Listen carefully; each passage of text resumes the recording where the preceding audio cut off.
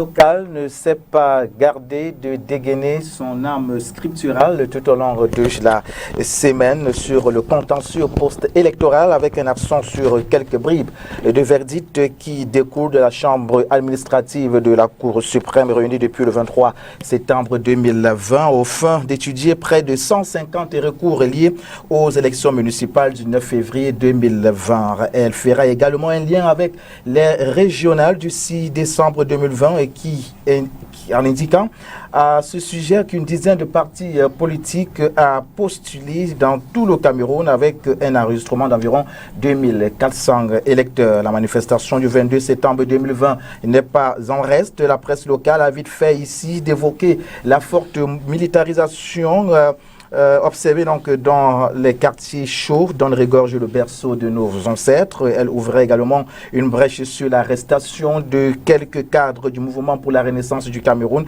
mais aussi et surtout des journalistes. Comment ces faits d'actualité sont-ils analysés par la classe politique, la société civile et autres entités sociales? On le saura ce dimanche dans le cadre de cette autre livraison de cet hebdo sur STV, et ce sera avec des invités qui, comme toujours, ont été choisis sur le volet. On va donc faire les connaissances puisqu'ils sont déjà en plateau cet après-midi. Nous commençons avec Amadou Oumara, militant du mouvement, militant du Rassemblement démocratique pour le peuple camerounais. Bonjour. Bonjour, monsieur Moto. Bonjour à mes copanalistes et bonjour à tous les fidèles téléspectateurs de l'émission 7 hebdo de la STV. C'est toujours un honneur pour moi de représenter les grands partis politiques au Cameroun, les partis de rassemblement, les partis de la démocratie, les partis du vivre ensemble, les partis de tous les Camerounais, à savoir les RDPC. Merci de m'avoir invité. Tout à fait, vous faites bien donc de le signaler. Vous êtes ici en qualité de communicant du Rassemblement démocratique du peuple camerounais. Avec vous, j'aimerais qu'on parle du système de mi-temps qui a été adopté par le ministère des Enseignements secondaires. Il entre en vigueur dès la rentrée scolaire prochaine, 2020-2021. Alors, qu'est-ce que cela vous inspire? On peut parler d'innovation? Mais voyez-vous, monsieur Boto, notre système éducatif avance et est en train de se perfectionner. Avec Covid-19 que vous avez constaté avec moi, il fallait que le ministère des Enseignements secondaires prenne des dispositions avec cette innovation qui sera une bonne chose pour nos petits-enfants. Et aussi, ça nous permettra de mieux contrôler, de mieux maîtriser la situation de cette pandémie dans notre pays. C'est une très bonne nouvelle. Voyez-vous, à chaque fois quand le gouvernement de la République se préoccupe de la situation de notre pays sur le plan éducatif, il se concerte selon les directives du président de la République, son Excellence M. Paul Biya. On va rappeler que cette décision ne sera fonctionnelle que pour les établissements dont les effectifs sont supérieurs à 50 élèves par classe. Alors, à quoi peut s'apparenter cette décision? On va rappeler que ce n'est pas la première fois qu'on parle de système de mi-temps au Cameroun. Vous parlez d'innovation, mais j'en ai fort que ce soit le cas. Ça, par le passé, ça a existé. Mais voyez-vous, quand on faisait les mi-temps, il y avait des déficits des infrastructures éducatives. C'est pour cette raison qu'il y avait des systèmes de mi-temps.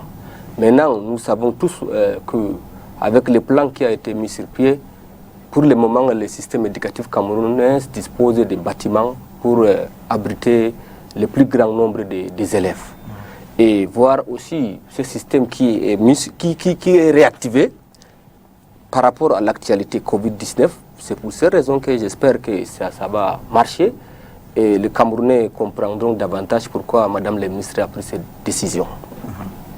Notre invité en plateau ce dimanche, c'est Justin Youmsi, qui est donc de notre séjour. Bon après-midi, Justin. Bon après-midi à tous mes compagnons. Bon après-midi à vous tous, aussi à vous, monsieur Narcisse. Je voudrais sincèrement dire merci de m'avoir invité sur le plateau de la science. Au-delà, je dois dire un bonjour à tous mes camarades du SDF et particulièrement à ceux de Douala 3e où je suis le président de la circonscription. Tout à fait, vous m'avez précédé, c'est bien de le rappeler, vous êtes maire adjoint SIF dans la commune d'arrondissement de Douala 3e. On va d'ailleurs parler de cette mairie-là. Mais déjà, c'est quoi la dernière actualité? Ça se passe bien au sein du SIF? C'est-à-dire? On peut parler d'harmonie totale, parfaite? Non, parfaite, c'est un peu exagéré. Mais l'harmonie y est. Vous savez, le SIF, c'est un grand parti. Et à un moment donné, les idées vont être divergentes. Donc, dire que le SDF se porte bien, très bien, c'est pas bon. Mais dire aussi que le SDF se porte mal, n'est pas non plus bien. Donc, le SDF, jusqu'à l'heure actuelle, est au juste milieu.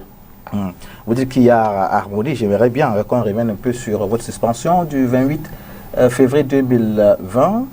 C'est toujours d'actualité? Si oui, comment comprendre ces suspensions-là? Non, je ne suis pas... On va rappeler que ça a été signé par le président régional, Jean-Michel Nincher. Non, je ne voudrais pas qu'on revienne sur ce dossier parce que le SDF, c'est un parti légaliste, c'est-à-dire il y a une procédure. Donc vous avez respecté la suspension? Un individu ne suspend pas l'autre.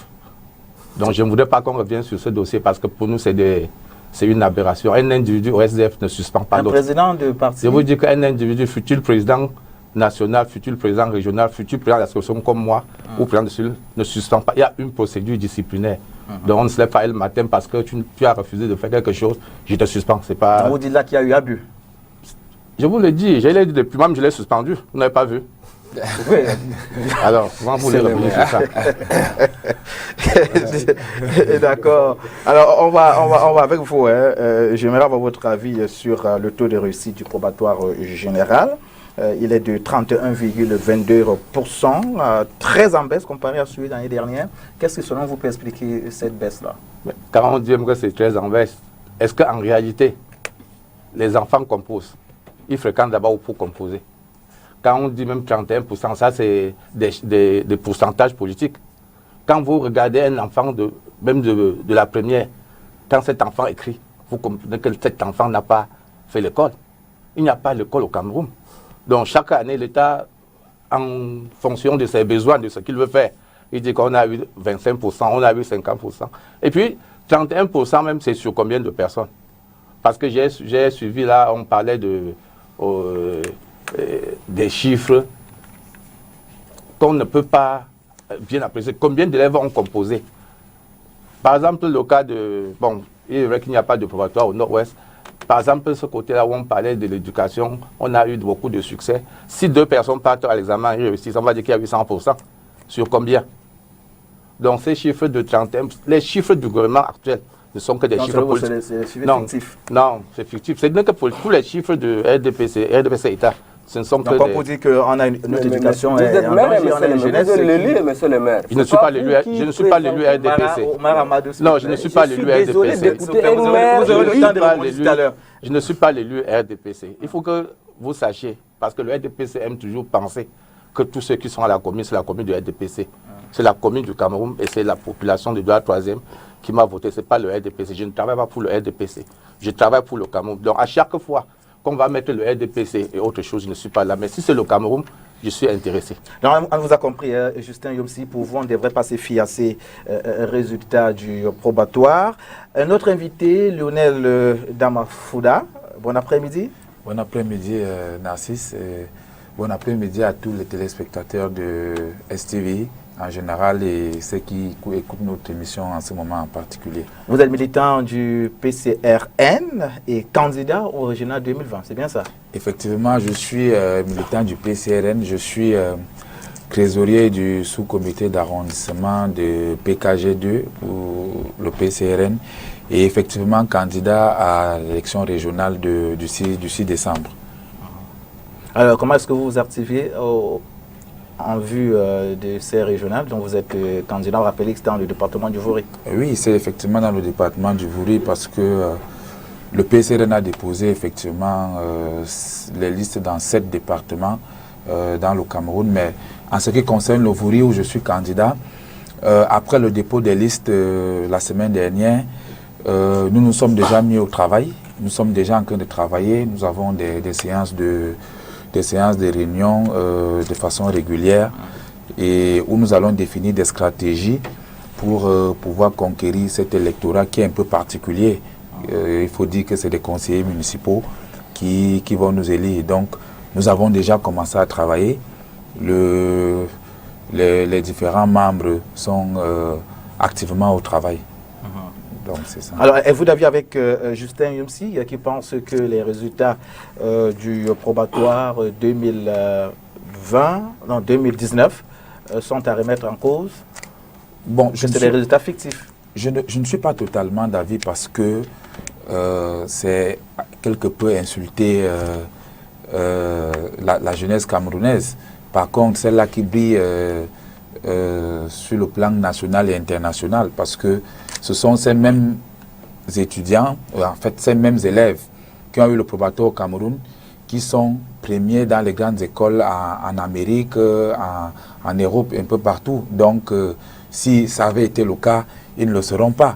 Donc, moi, je ne suis pas d'avis. Moi, je pense que les résultats, c'est-à-dire le pourcentage, le faible pourcentage est dû au fait que, en fait, nous tous, nous le connaissons, la Covid-19 est passée par là et a eu un impact, et les enfants n'ont vraiment pas fréquenté dans la sérénité et ils n'ont pas fait les 9 mois qu'il fallait. Et moi, à mon avis, il fallait s'y attendre. Il fallait s'attendre à ce résultat. Et moi, je pense que l'année prochaine, le gouvernement est en train de tout faire pour essayer de corriger. Peut-être que pour éviter cette baisse-là, on aurait pu nourrir l'idée d'une année blanche. Une année blanche, c'est nous qui pour perdons. Sur une nouvelle base. C'est nous qui perdons, c'est vous qui perdez, c'est le gouvernement qui perd, c'est l'État tout entier qui perd. Parce que vous connaissez combien les budgets sont votés. Les budgets, par exemple, le budget de l'éducation nationale est voté en fonction de l'année scolaire. Parce que c'est beaucoup de moyens qui ont été déployés pour une année scolaire. Donc, s'il faut la mettre en blanc, c'est qu'on a perdu pratiquement beaucoup d'argent. Et je pense que on peut faire avec des alternatives. On aurait pu faire avec des alternatives. Nous ne sommes pas au PCRN, nous ne sommes pas encore au pouvoir pour... Donc pour le moment, on se contente de cette jeunesse scolarisée, on ne peut plus y être. Voilà. C'est ce que vous dites? Oui, on se contente. D'accord. Denis Kobo, journaliste et consultant de cette émission. C'est un secret de Polichinelle. Il est toujours là avec nous, à moins qu'il... Sauf quand il est dans ses champs. Denis Kobo, bon après-midi. Bon après-midi, merci. Salut chaleureux à tous ceux qui nous regardent aujourd'hui. Alors, votre avis, Denis, sur la menace de fermeture de cette compagnie de transport interurbain? On va rappeler que le ministre Jean-René Masséna Ngal et Bibié leur donne un mois à compter du 7 septembre 2020 pour régulariser leur situation administrative. On va rappeler qu'il reste moins de 2 semaines. Je crois que il y a une sorte de gouvernance par embuscade et une propension au voyeurisme administratif. Vous voyez, les facilités de base, les infrastructures de base dans un pays doivent être fournies par l'État. Donc c'est l'État du Cameroun qui doit s'assurer que tous les citoyens sont à même d'être transportés dans des conditions optimales. Or, il y a une démission en la matière. Je ne veux pas parler du secteur aérien où on a mis notre compagnie là où elle est. Sur le plan interne, on a eu le transport par train. Et le transport par train est là où il est parce que les responsables de l'État se sont alliés aux intérêts étrangers pour spolier, n'est-ce pas, tout le patrimoine de l'ex-Régis Fercam, aujourd'hui appelé Camrail. Et sur le transport par bus, on a des Camerounais qui investissent des fortunes personnelles, qui investissent leurs petits moyens pour assurer le transport des Camerounais dans les conditions optimales. Tout ce que l'État, à travers le ministre du Transport, trouve à faire, c'est de faire des communiqués. Vous voyez, un communiqué ne peut pas acheter un bus. Un communiqué ne peut pas acquérir le parc automobile pour une agence de voyage. Le communiqué, même 1000 communiqués de ministre ne peuvent pas vous fournir une parcelle de 2000 mètres carrés à Douala pour, n'est-ce pas, créer une agence de voyage. La plupart des gens que vous voyez là sont logés dans des enseignes privées. Et on se débrouille comme on peut pour transporter les Camerounais, alors que des centaines d'hectares sont mis à la disposition des Français de Camrail pour ne transporter personne. Est-ce que l'État ne peut pas, à travers le ministre, s'il veut parler de transport, réquisitionner tous ces vastes espaces, par exemple de Camrail? On dit, OK, tous les agents de voyage peuvent être logés là-bas. Donc il faut éviter, et ce n'est pas avec un bout de papier administratif qu'on transporte le passager. Le transport de passagers, c'est un véhicule, c'est une assurance, c'est les choses les plus fondamentales à la sérénité sur nos routes. Ce n'est pas le dossier administratif que le gouvernement, le dossier administratif, il ne fait pas. Nous, on va dans quelle agence? Où? Imaginez le type d'embouteillage qu'on a à chaque coin où les agences de voyage sont disposées, que ce soit les voitures qui vont à l'ouest, au centre et sur le reste du pays. On n'a rien fait. Il n'y a pas d'infrastructure de base. Et au lieu que le gouvernement fasse profil bas pour aménager de tels espaces, le ministre insiste sur les communiqués pour dire bon, il faut se mettre à jour. Et pour eux, se mettre à jour, c'est venir avec un timbre de 1000 francs et une paperasse. Se mettre à jour, c'est trouver des espaces agréables pour les passagers. Et il ne faut pas insulter donc tout le courage, le dynamisme de ces Camerounais-là qui ont eu, n'est-ce pas, envie et l'idée de créer des agences pour transporter les Camerounais. Si ces agences, moi, si j'étais à leur place, on se donnerait aussi 2 mois pour ne transporter personne. Comme ça, le ministre des Transports mobilise ses propres bus pour assurer n'est-ce pas, les desserts du pays. Il faut être modeste quand on veut diriger des hommes. Il faut être modeste et faire profit. On sait que le Cameroun a des difficultés financières énormes. On sait que le pays est entièrement à construire. Et lorsqu'on veut le faire, il faut que le discours du gouvernement ne soit pas trop paternaliste. Il faut un discours qui encourage d'abord ceux qui ont envie d'investir dans un secteur, et il y a des incitations qui doivent être mises en place. Chaque fois, la meilleure communication pour le gouvernement consiste à mettre en avant ces incitations si elles existent. Si elles n'existent pas, vraiment, on peut faire l'économie des ultimatums et autres. Ok. On va rappeler à nos téléspectateurs que cette émission est actuellement en direct sur Facebook. Donc, vous pouvez également nous suivre à partir de ce canal. Alors, ce sujet d'entrée, la marche du 22 septembre 2020, bien qu'interdite par les pouvoirs publics, l'obstination des militants du MRC à outrepasser la loi, le pensent certains, même la forte militarisation observée ça et là n'a pas refroidi les marcheurs, quoique le nombre de marcheurs est sujet à débat. Au cours de cette manifestation observée dans quelques villes du Cameroun, des arrestations ont été effectuées, des cadres du MRC à l'instar du trésorier national Alain Foguet et quelques journalistes, quoique certains ont été libérés quelques jours après. Alors, Amadou Oumarar, l'État dit non, mais le MRC dit oui. La preuve, on les a vus marcher le 22 septembre 2020. Peut-on parler ici d'un passage en force? Merci beaucoup, M. Moto. Voyez-vous, M. Kamto Maurice, je peux rappeler quelques faits historiques du comportement de M. Kamto depuis 2007 jusqu'à nos jours, en quelques secondes. En 2007, Kamto était dans la commission du code pénal, qu'il jugeait aujourd'hui liberticide. En 2008, Kamto participe à la modification des constitutions de 1996. En 2009, Kamto est à la commission de la révision du code électoral dont il conteste maintenant. En 2012, Kamto trouve que le code électoral acceptable et accuse l'opposition de ne pas se mobiliser, ne parvient pas à convaincre et à se renouveler. Maintenant, en 2013, Kamto lui-même part aux élections législatives, il était candidat dans le Fundi, il a échoué, avec le même code électoral. Et venons maintenant en 2018, Kamto est candidat pour les élections présidentielles. Il a échoué avec un taux de 14%. Après 2018, Kamto maintenant décide de marcher sur les lois de notre pays. Il veut bafouer la constitution du Cameroun en se rébellant. Il a lancé les marches blanches et les hold-up électoraux. Et immédiatement, la loi a frappé M. Kamto et ses partisans. Il s'est retrouvé à Kondengi pendant presque 8 mois. Grâce au grand dialogue national convoqué par le président Paul Biya, à l'issue de ce grand dialogue, M. le président a décidé de décrisper la situation, a décidé de libérer M. Kamto. Quand M. Kamto sort de la prison, il interpelle à ses partisans que la politique de chaises vides ne marche jamais. Il décide d'aller aux élections législatives et municipales de 2020. À notre grande surprise, le jour du dépôt des candidatures, Kamto décide de boycotter les élections municipales. Voyez-vous, si on rappelle ces faits historiques de comportement de M. Kamto n'est pas légitime. C'est-à-dire la démarche insurrectionnelle et antidémocratique de M. Kamto ne marchera pas dans notre pays. Revenons au marché du 22. M. Kamto a échoué. Je profite de ces plateaux pour féliciter, encourager la bravoure des forces de maintien de l'ordre qui a su maîtriser la situation, et aussi le peuple camerounais souverain, maître de son destin, qui a confié le mandat au président Paul Biya au soir du 7 octobre 2018 avec un pourcentage de soit 11,14%.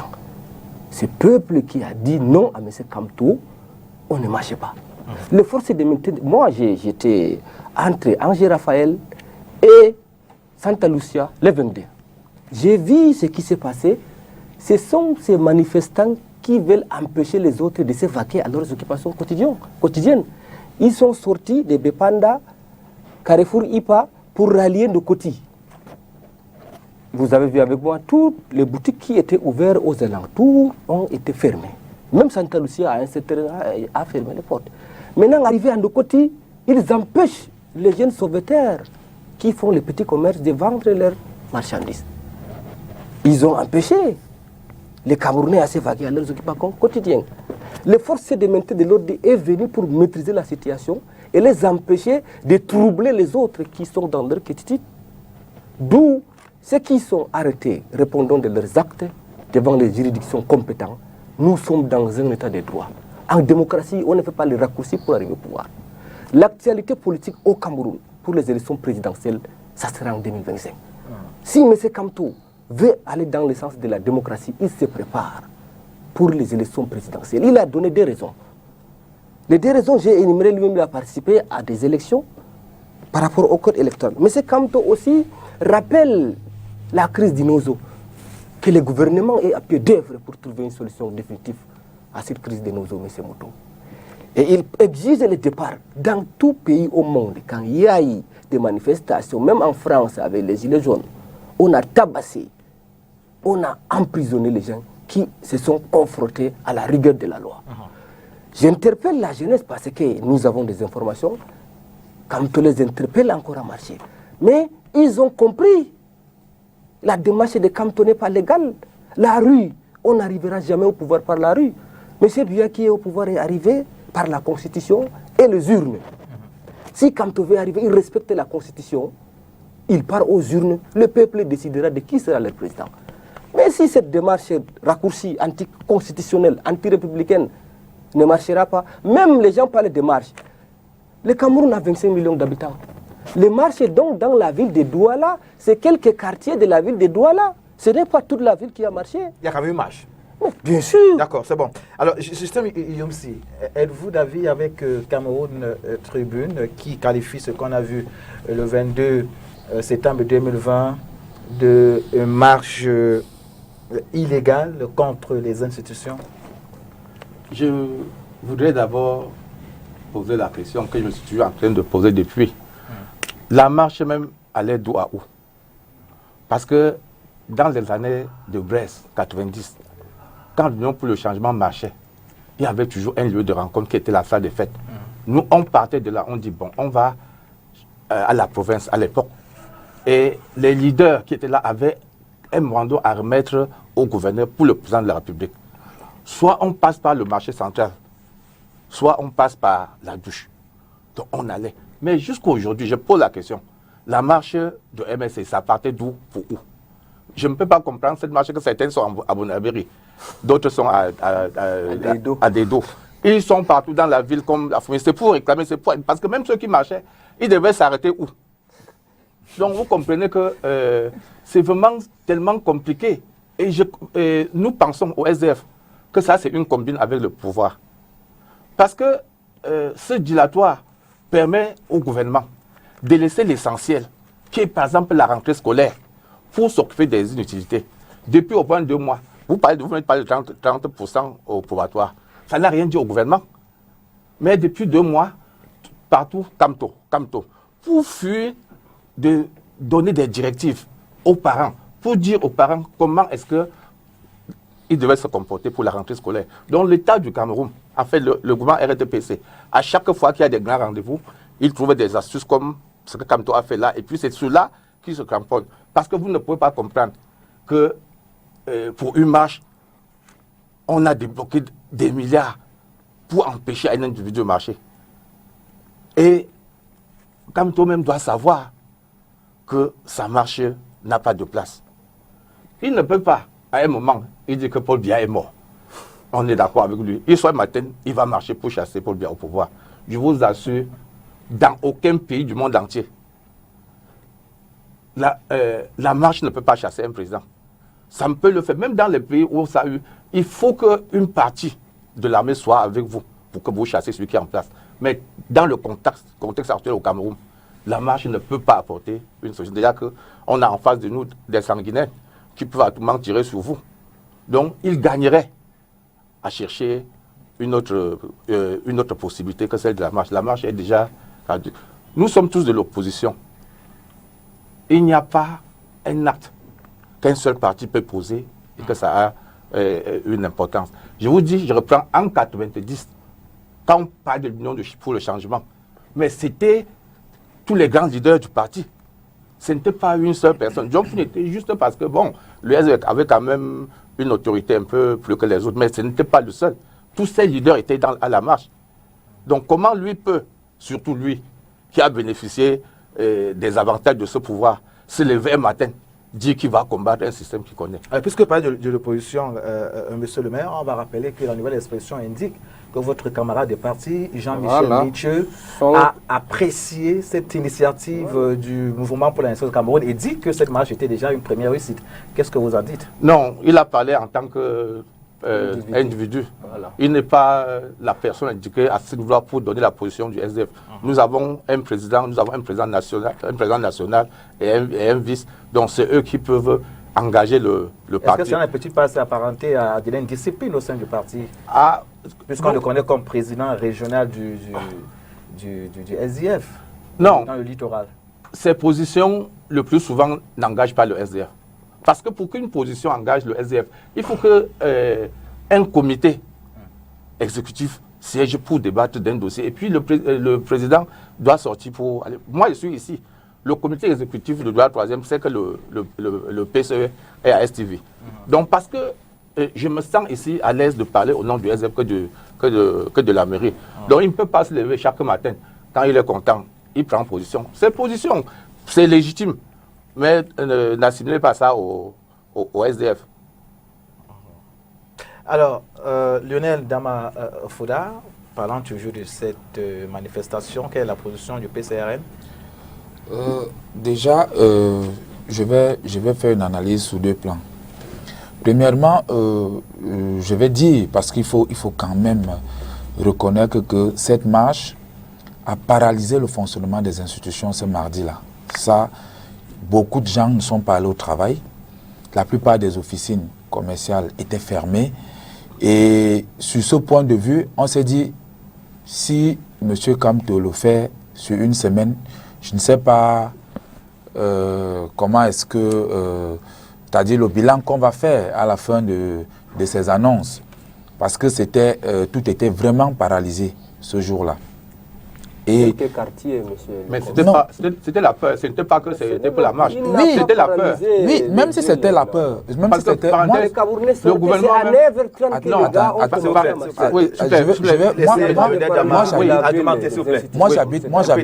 Moi, j'habite Lokpom et je travaille à Bonanjo. Ce jour, généralement, j'ai l'habitude de faire pratiquement 45 minutes pour arriver dans mon bureau, mais ce jour, j'ai fait pratiquement 25 minutes. Tu es quitté à quelle heure? Parce que, non, je suis même quitté tard, parce qu'il n'y avait pas les gens. Il n'y avait pas les gens dehors, je suis d'accord. Il n'y avait pas de gens. La ville était vide. Oui, la ville était vide. Le matin, là. Et ça paralyse le fonctionnement des institutions. L'État perd en ce moment-là. Bon, maintenant, vous m'avez parlé de la position du... Vous me demandez de la position du PCRN. Par rapport au match du 22 septembre 2020. Nous au PCRN, nous n'avons jamais... Nous sommes opposés aux marches, surtout des marches qui visent l'insurrection. Nous sommes opposés. Nous pensons que la meilleure voie pour faire partir le président actuel du pouvoir, c'est la voie des urnes. C'est pour cela que nous travaillons dans ce sens-là. Parce que nous sommes convaincus qu'en 2021, nous allons porter notre leader à la tête de ce pays. On peut tous faire des marches. 2025. Je vais dire en 2025. Nous, on peut tous faire des marches, mais ça n'aboutit à rien. Vous ne pouvez pas marcher à Douala pour enlever le président qui a étudié à Yaoundé. Ils sont combien même ceux qui ont marché? Vous ne pouvez pas 25 marcher. millions de Camerounais, 1000, ils n'attendent pas 1000. Amadou Mouara, s'il vous plaît. Vous ne pouvez pas. Les taux de marcheurs là, Allez-y. Vous ne pouvez pas marcher à Douala pour enlever le président et étudier à Yaoundé. C'est pas possible. Donc nous au PCRN, nous avons toujours condamné ces marches, surtout que ces marches ont forcément des dégâts collatéraux qui n'arrangent pas déjà l'image du Cameroun. Parce qu'il y a un problème de crédibilité d'image du Cameroun et il y a un problème de dégâts collatéraux à l'intérieur du pays. Donc nous nous sommes opposés à toute forme de marche. Nous pensons plutôt que le MS et le MSC devraient plutôt se ressaisir et s'asseoir, se remettre en question pour projeter pour 2025. Bon, je pense que je ne sais pas par quel miracle ils feront, quel est le miracle qu'ils feront pour avoir un candidat. Je ne sais pas parce qu'ils ont décidé de boycotter les élections. Mais nous, chez nous, on est focalisé sur 2025, travailler pour faire accéder notre président national à la magistrature suprême par la voie des urnes. C'est notre position au PCRN. Une petite précision, pardon. Je voulais juste dire, bon, lui là, il soulevait le fait que la ville était vide ce matin-là. Et c'est pour ça que j'ai parlé de connivence entre Kamto et le gouvernement. Et les SDF. Permettez-moi. Oui. Nous, on n'était pas. C'était MSC contre le gouvernement, ce n'était pas le SDF. SDF, c'était complice, c'était MSC contre le gouvernement. Oui, c'était MSC contre le gouvernement. Il y a eu la peur. Et c'est à cause de cette commune. Parce que le ministre de l'administration territoriale a eu à intimider la population. Si vous connaissez une niche d'abeilles, l'abeille va sortir. Il a dit tellement des choses que les Camerounais ne sont pas restés parce qu'ils voulaient adhérer à ce que Kamto a dit. Mais c'était par peur de ce que le gouvernement pouvait faire. Et c'est pour ça que vous dites que ça, c'est toujours une connivence. Les Camerounais, peut-être autour de 11h30, midi, ont compris que rien ne pouvait arriver. Tous sont sortis. Moi, je suis sorti chez moi à 8h parce que je savais personnellement que les gens ne vont pas marcher, puisque nous sommes ensemble. Les Camerounais ne peuvent pas, aujourd'hui, se mettre à marcher parce que quelqu'un est en train de réclamer le code électoral, quoique lui-même il a participé, lui-même il est allé aux élections avec tout ça. Il ne peut pas se lever un matin, il se lève, il vous dit Paul Biya est mort. Un autre matin il se lève, il dit il faut qu'on le chasse. Il doit apprendre à être cohérent. Et il faut préciser qu'il a toujours, à chaque fois qu'il est allé aux élections, il a toujours perdu. Il a toujours perdu. Lui-même. Oui, lui-même. C'est un candidat. Ils ont dit que le PCRN va aux élections et notre leader, lui, il a participé à l'élection présidentielle. Il a été 3e et il est allé aux élections législatives. Il a été élu député. Lui, il a voulu être élu député à Yaoundé. En 2013, avec le même code électoral, il a échoué. Mais donc, je voudrais te rappeler qui pense que vous allez être... Pardon, je voudrais vous rappeler, vous qui pensez que vous allez être président en 2025, avec le code actuel là, vous ne serez jamais président. Je vous dis qu'avec le code actuel, vous ne serez jamais président. Alors, l'analyse faite par le journal Tribune d'Afrique de Faustin Ndjinkan et qui pense que ce qui s'est vécu, ce qui a été vécu le 22 septembre 2020 peut être, on peut parler d'un pétard mouillé. Partagez-vous ce point de vue qu'on peut dire en fait que c'était tout sauf une marche qui aura réussi. Je crois que la question est beaucoup plus complexe que ça. Un analyste politique ne participe pas à la situation des faits divers politiques. Parce que, on parle des faits divers politiques. Monsieur tout à l'heure parlait de la rentrée scolaire. Ce sera le 5. Si on a des hommes d'État au Cameroun, si on a des hommes qui n'ont pas pour seul programme politique leur ego, lorsque vous êtes je suis enseignant par ailleurs, lorsque vous êtes à 10 jours, 15 jours de la rentrée scolaire, vous en parlez. Ce sont des sujets importants et c'est important pour tout le monde, c'est important au-delà des partis politiques. Et tous les militants des partis politiques réunis au Cameroun, RDPC, alliés, anciens membres du gouvernement et autres, ils n'atteignent pas 0,5% de la population. Et tous les militants de tous les partis. Et on a plus de 25 millions d'habitants. Vous ne pouvez pas rester dans vos salons, dans vos maisons conçues avec l'argent de qui on sait, et vous projeter sur un échantillon qui ne représente pas, n'est-ce pas, d'abord la majorité de la population. Et vos aspirations égocentriques ne représentent pas les aspirations profondes des Camerounais. Cela est valable pour tous les politiciens, entre guillemets. Je dis bien politiciens, que ce soit du pouvoir ou de l'opposition. Vous ne pouvez pas rester chez vous et vous estimer que ce que vous avez pensé là, vos idées, c'est les idées de tous les Camerounais. Et si tous les partis politiques avaient même 5 millions d'habitants qui sont des partisans, ça ne représenterait rien par rapport, n'est-ce pas, à l'ensemble de la population. Quand, pendant un mois au Cameroun, on nous impose sur les plateaux de télévision de parler d'un parti politique ou de parler d'un homme, ça prouve que très peu de personnes sont portées vers le développement, la transformation du Cameroun. Si moi je suis planteur, moi je veux bien que les gens me disent ce qui s'est passé avec, comment la pluie tombe tous les jours dans mon champ à l'ouest, alors qu'en septembre, ce n'est pas ce genre de pluie qu'on a. Ça ne dit rien à personne parce que qu'on perd 3 points de croissance ou qu'on en gagne 2, ça ne représente rien. Ça veut dire que vous n'êtes pas porté vers le développement et la transformation de votre pays. Il y a une élection qui a été annoncée pour le 6 décembre. Tout ce qu'on trouve à faire, c'est d'organiser une théâtralisation bizarre, unique, pour que personne n'en parle, pour qu'on ne mette pas sur la table les programmes, pour qu'on ne se dise pas ce qu'on attend de telle ou telle information politique. Personne ne parle de son idéologie. Moi, je veux parler du 22 que j'ai vécu. Moi, je suis sorti de chez moi très tôt le matin et j'étais sur le terrain. J'ai sillonné la ville, tous les coins, tous les arrondissements de Douala, j'étais en voiture, je voyais ce qui se passait. Et effectivement, il y a ce qu'on peut appeler des mouvements sporadiques. Les mouvements sporadiques sont des mouvements qui sont de type nihiliste. Et je me suis demandé comment est-ce que des personnes bien pensantes peuvent appeler à une manifestation publique et disparaître le jour de la marche. Voilà. Donc à Douala, c'est l'observation qu'il faut faire. Je ne veux pas porter un jugement sur telle ou telle chose, mais je dis que ceux qui vocifèrent, ceux qui envoient les croix gammées aux gens, même aux journalistes sur Facebook, partout, ne sont pas sortis. Et c'est indicateur de l'intention réelle. Donc quand un journaliste politique va à une manifestation publique, il doit avoir dans son carnet, l'objet de la marche. La marche est faite pour quoi? Quand vous allez à la marche, tout à l'heure j'ai entendu parler d'itinéraire. Il faut bien savoir où on va. On ne peut pas se démultiplier dans tout Douala pour suivre les manifestations. Ça aussi, c'est le droit le plus absolu du MRC, de ses dirigeants, de faire ce type de marche. C'est-à-dire que chacun, c'est eux qui savent quel objectif qu'ils poursuivent. À condition qu'un tel objectif ne soit pas imposé comme agenda à tous les Camerounais. Le SGF et le MRC, c'est ce qu'il fait. Vous aussi, quand nous on est sur le terrain, on observe, on essaie seulement de comprendre ce qui se passe. Et ce qui s'est passé, c'est qu'il faut, le fait notable, c'est que aucun des leaders bavards n'a montré la tête dehors. Ça veut dire que tout a été fait. Vous n'avez pas de militants du MRC. Sur les enfants qui sont arrêtés, moi j'en connais beaucoup, j'ai des voisins des quartiers qui sont en cellule. On s'est organisé pour que les enfants d'autrui soient interpellés. Et les croque-morts ont ceci de particulier que lorsque ça se passe ainsi, tout ce qui passe le temps à faire sur les réseaux, c'est de dire on a arrêté 700 personnes. C'est comme si on était très content de voir 700 personnes incarcérées. Est-ce que ça vous fait du bien de savoir que des enfants sont soustraits à leur famille, de savoir que des jeunes étudiants, il y en a qui vont perdre leur emploi parce qu'au-delà de 6-7 jours, pour des raisons qui ne sont pas vraies, on va vous licencier. Ça ne veut pas dire qu'il faut faire peur.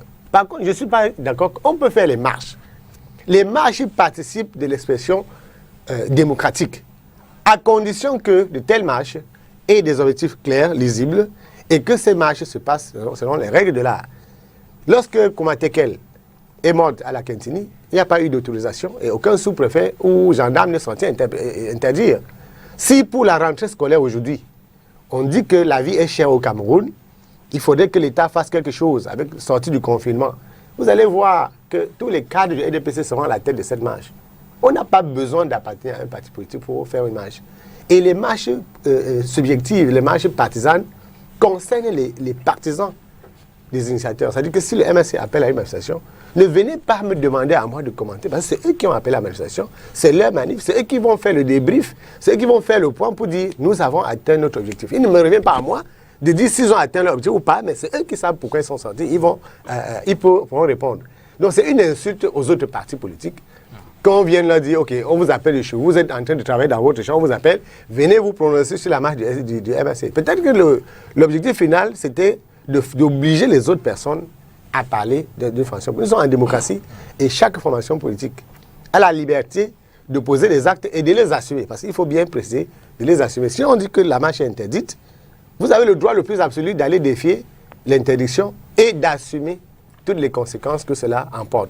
Mais il ne faut pas venir demander aux autres de vous aider dans la réparation des conséquences. Il ne faut pas appeler. Moi, il y a quelqu'un qui a dit sur Facebook, alors si vous savez que vous voulez être crédible, vous devez venir condamner. Mais c'est complètement idiot, très bête aussi, de m'obliger à laisser la rentrée scolaire de mes enfants que je prépare, laisser le haricot que je peux aller mettre dans mon champ pour venir parler comme vous voulez, parce que vous serez investi d'une mission pentecôtiste et imposer aux gens, n'est-ce pas, de parler de vous. Ça, c'est important. Alors, pour sortir de ce sujet, puisqu'on va rappeler, ce n'est pas le premier sujet, c'est juste, ce sujet nous sert d'échauffement, c'est pour ça qu'il n'y a pas de sujet périphérique. Alors, j'interpelle maintenant votre casquette de journaliste, de président, notamment de président national du syndicat des journalistes du Cameroun.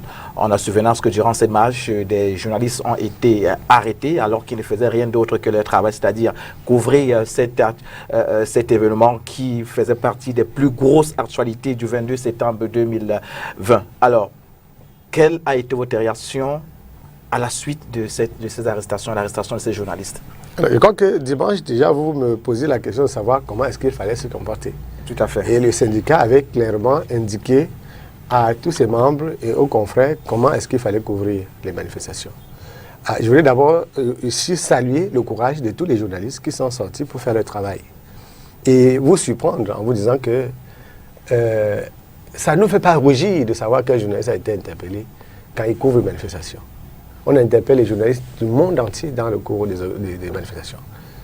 Ce qui importe, c'est de savoir comment est-ce que les autorités réagissent lorsque nous interpellons, pour dire voici la franchise professionnelle.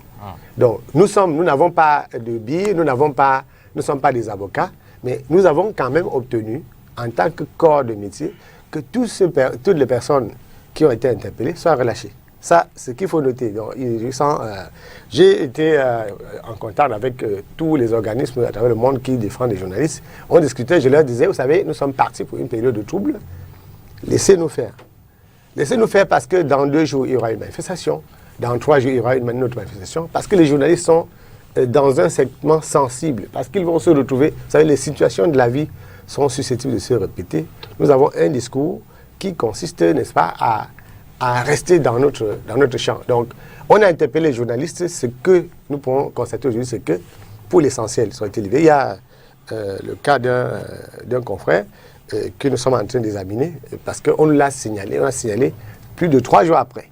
Et lorsqu'on nous signale cela, ce que nous faisons, c'est que nous portons à l'attention des autorités de tels cas et nous insistons sur la franchise professionnelle. Il n'est pas interdit d'interpeller un journaliste. Les journalistes sont les citoyens camerounais. Donc, on nous interpelle, mais nous faisons valoir notre qualité de journaliste et nous insistons. Moi, je suis par ailleurs activiste politique. Quand il m'arrive souvent, et ça fait longtemps que je ne le fais pas, d'aller à une action politique, je laisse ma carte de presse à la maison. Moi, je vais en tant que... Je n'ai pas peur. Oumniobé, s'il avait peur, s'il restait sous le lit, il n'aurait pas été Oumniobé. Si Ernest Ouandji avait accepté, même à la dernière seconde, de signer une lettre de demande de pardon à Aïdjo, Ouandji ne serait pas mort. Donc, le jour où je vais aller en tant que militant politique manifester, ce serait pour assumer les conséquences de mes actes. Et moi, quand je manifeste, si je vois le cas de la police, c'est moi qui monte dedans. J'insiste pour qu'on m'amène parce que c'est une fierté pour moi, militant politique, d'être emporté dans le cadre de mon métier. C'est comme un journaliste qui va sur le terrain. Lorsqu'on l'interpelle parce qu'il a fait son métier, mais ça lui pose le problème. Il n'a tué personne. Voilà. Il sait qu'en tout état de cause, il sera libéré. Alors, la preuve, c'est qu'on a tous les camarades qui ont été libérés et qui ont été interpellés. Il n'y avait rien contre eux. Par contre, il y a eu 2 cas, et j'espère que c'était des cas isolés. Polycarpe Essomba de RFI qui a fait l'objet de violences. Il y a eu le caméraman de Kinos qui a fait l'objet de violences. Et nous considérons que c'est des choses qui ne doivent pas arriver. Et nous faisons un travail énorme d'explication auprès des autorités, des forces de maintien de l'ordre pour leur dire, pour que le Cameroun se porte mieux, pour que notre pays ne soit pas présenté à la face du monde comme un pays où on peut... et là, les violences sont interdites contre tout citoyen. Même si Maurice Kamto lui-même était à la tête d'une marche interdite. S'il faut l'interpeller, il faut l'interpeller selon les règles de l'art. On ne va pas accorder de prime. C'est-à-dire que ce n'est pas parce que même le plus grand criminel du monde a droit à une saine administration de la justice. Et lorsque nous avons vu comment ça s'est terminé avec les journalistes, nous on dit c'est tant mieux, ça évolue. Il fut une époque ici où lorsqu'un journaliste sortait pour faire un reportage, on le prenait, on le faisait asseoir jusqu'à 18h. Maintenant, petit à petit, et c'est ça le travail que nous devons faire. Nous tous citoyens, nous journalistes, on doit faire que les autorités, les institutions, y compris les partis politiques, parce qu'aujourd'hui, ce n'est pas seulement ailleurs dans le monde, on a des journalistes qui sont victimes, pas du pouvoir, mais de l'opposition. Il y en a qui sont victimes de groupes armés, de groupes... oui, il faut que nous continuions à nous exprimer. Aujourd'hui, on a la chance d'avoir au Cameroun au moins le SNJC, au moins Kamasej, qui est l'organisation, l'association des journalistes d'expression anglaise, même s'ils sont pareils, c'est que ça se cloisonne, on est membres les uns les autres de ces deux organisations. Nous sommes bien structurés pour porter en lieu sûr le message de la franchise professionnelle, à savoir que les autorités doivent permettre que les journalistes fassent le travail. Et nous faisons un travail, vous êtes journalistes, vous êtes membres du syndicat, nous faisons un travail pour dire aux journalistes, restez dans le couloir professionnel. Et jusqu'à présent, je peux, sous votre contrôle, assurer que 99% des confrères respectent cette franchise. Ils n'expriment pas, et ça je le répète parce que les éléments peuvent se répéter, pas d'expression d'opinion ostentatoire dans le cadre des événements troubles. Quand il y a mouvement dans la rue, un journaliste se tait, il s'abstient de parler. Ouais, moi, j'ai la possibilité de parler sur ce plateau aujourd'hui. Dimanche, jeudi, mardi, quand j'étais dans la rue, je ne m'exprime pas comme ça parce qu'il ne faut pas que ça prête à équivoque. Les journalistes sont là dans le cadre de la liberté d'expression. Dans le cas, c'est l'essence même de la démocratie et il faut que les uns et les autres comprennent. Donc, pour les arrestations, nous considérons que l'incident où les incidents sont clos, nos camarades qui ont fait l'objet de violence, ils n'estiment pas que c'est la fin de leur carrière. Au contraire, je crois qu'ils sont boostés, ils sont déterminés à faire. C'est ça le courage professionnel. Même si on casse votre caméra, vous tentez seulement la prochaine fois de remettre l'expérience en sachant que chacun doit rester dans son camp. Les policiers font leur boulot, les gendarmes font les leurs, les hommes politiques font les leurs, les journalistes font aussi leur boulot. Il faut que chacun respecte le travail des autres. Alors, c'était l'échauffement. Hein. On va embrayer maintenant sur le premier fait du jour. On vous revient juste après cette transition.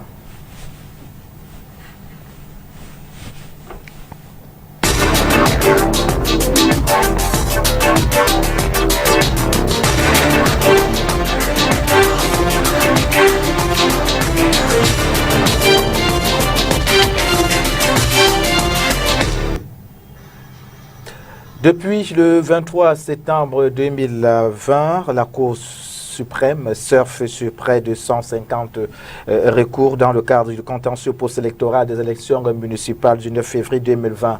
Le 24 septembre 2020, l'instance a décidé de la reprise des élections dans 2 communes d'arrondissement. Il s'agit de Makenene, dans le département du BAM et Inubu, région du centre, et la commune de Kumbo, dans la région du sud-ouest du Cameroun. Alors, Amadou Oumara, à la suite de ce verdict, certains hommes politiques ne se sont pas empêchés de parler de faiblesse de la démocratie, et ce d'autant plus que l'annonce des élections municipales a déjà été faite par le chef de l'État à travers la convocation du collège électoral.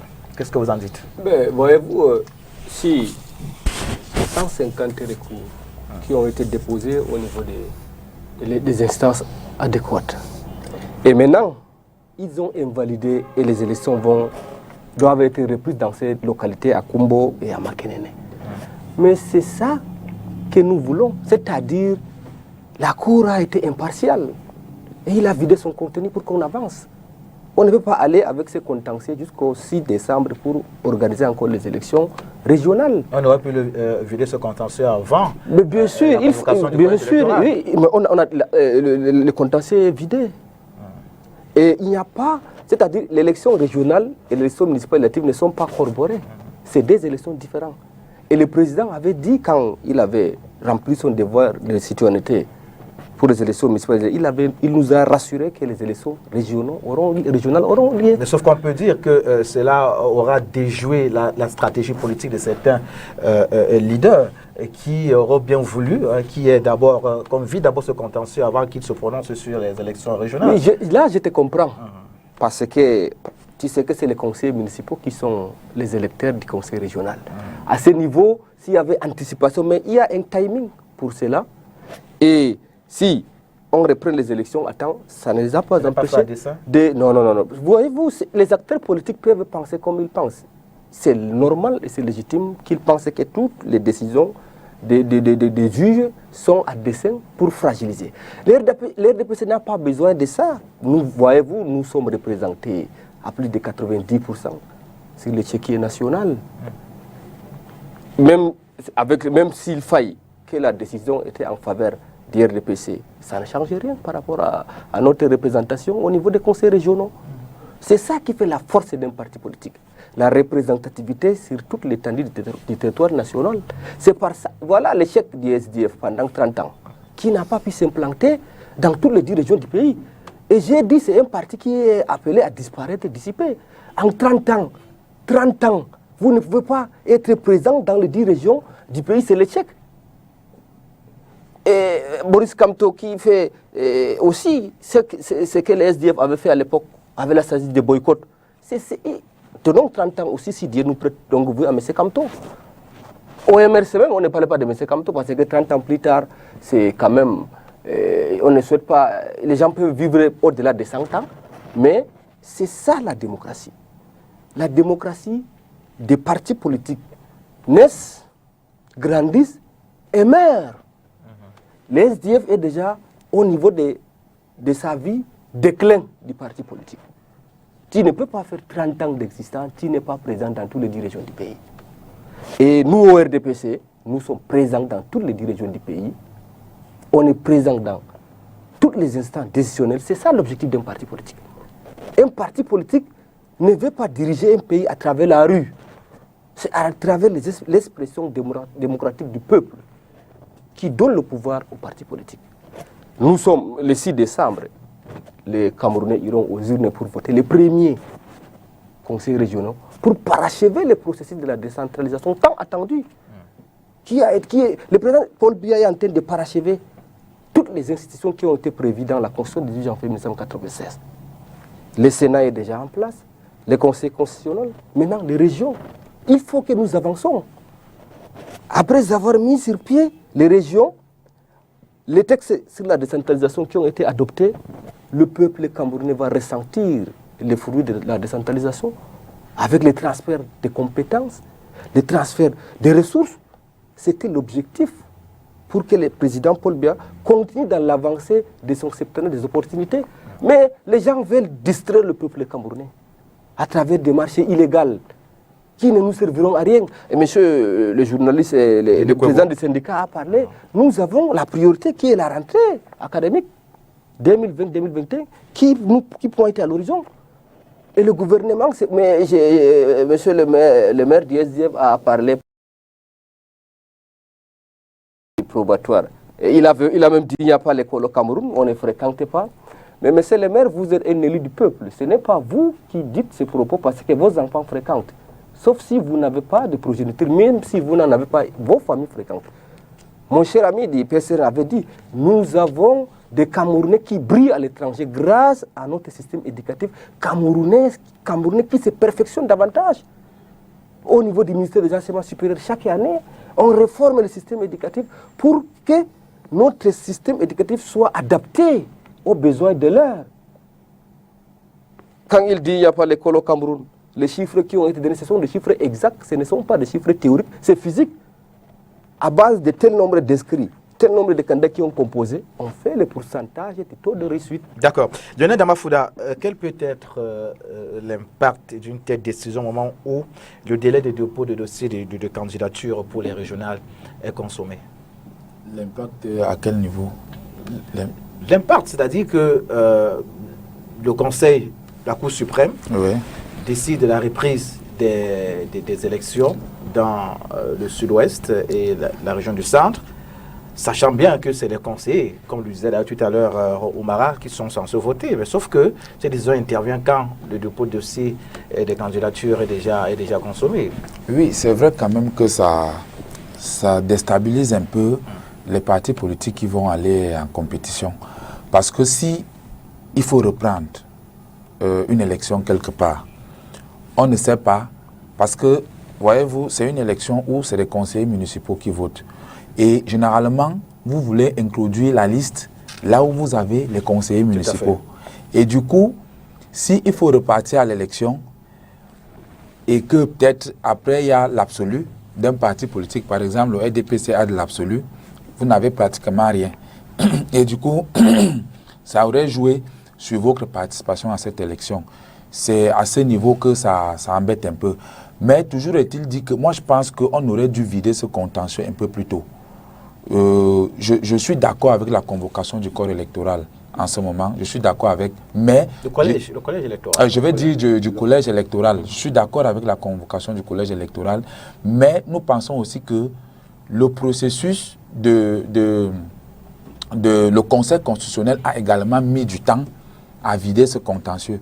Parce que on aurait pu le vider un peu plus tôt et... Est-ce que cette décision est suspensive du rôle de ces conseillers avant l'élection? Non. C'est aussi. Voilà, Non, jusqu'à ce qu'il y ait une nouvelle élection. Les mêmes conseils municipaux exercent. Oui, justement, c'est pourquoi je dis que ça met en mal les partis politiques qui veulent aller à la course. Comment on met les Oui. candidats? Ça ne représente rien dans le pourcentage. Oui. C'est une commune. Une commune dans le centre. Ça ne représente rien. Non, Oui, mais c'est un problème de c'est pas pourcentage. C'est pas le pourcentage. C'est un problème de pourcentage, M. Kwebo. Vous pensez que si Oui. vous menez un match de football 10-0 à moins de C'est- 2 minutes, c'est- il y a l'incident, on ne va pas, les 10-0, on va dire que comme tu peux marquer 10 buts en 10 minutes, tu as validé. Il n'est pas dit que ces conseillers-là, si on reprend, vous allez gagner et qu'ils Voilà. voteront pour vous. C'est peut-être... Non, on ne peut pas aller sur cette Ça peut base-là. être même en vos faveurs. Ça peut être en vos faveurs.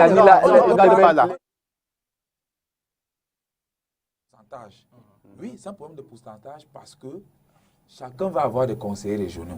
Et si vous avez quelques conseillers régionaux qui peuvent voter pour vous, et les quelques conseillers-là peuvent faire basculer la donne. Hein. Ils peuvent faire basculer la donne. Nous, par exemple, dans le Vouri, nous allons à l'élection avec une vingtaine de conseillers municipaux, par exemple. C'est combien? Sur pratiquement 200, je crois que c'est 270.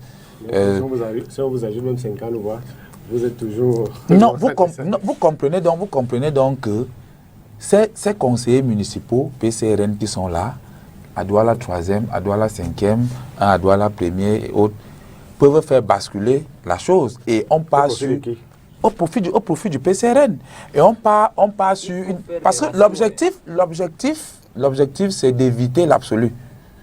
L'objectif, c'est d'éviter l'absolu. Ça, il faut le comprendre. Nous sommes conscients que nous n'avons pas la majorité. Et maintenant, nous sommes conscients que ça va se jouer. Maintenant, si vous avez pris une bonne partie, vos conseillers vous ont voté. Et forcément, vous savez, si ce n'était pas le cas, en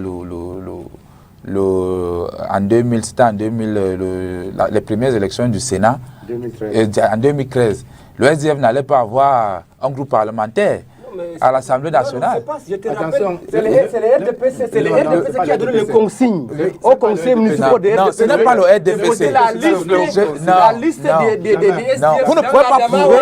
Et aussi, Vous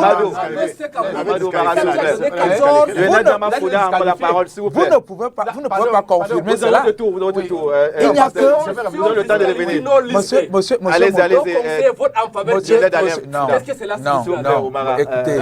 écoutez, il n'y a que le secrétaire du RDPC, le secrétaire général du RDPC qui peut confirmer qu'il y a eu une consigne. Puisque si on disqualifie la liste du RDPC, automatiquement vous devez aller à l'élection. Il est clair qu'ils vont voter l'autre liste. Il est clair, même si tout le monde,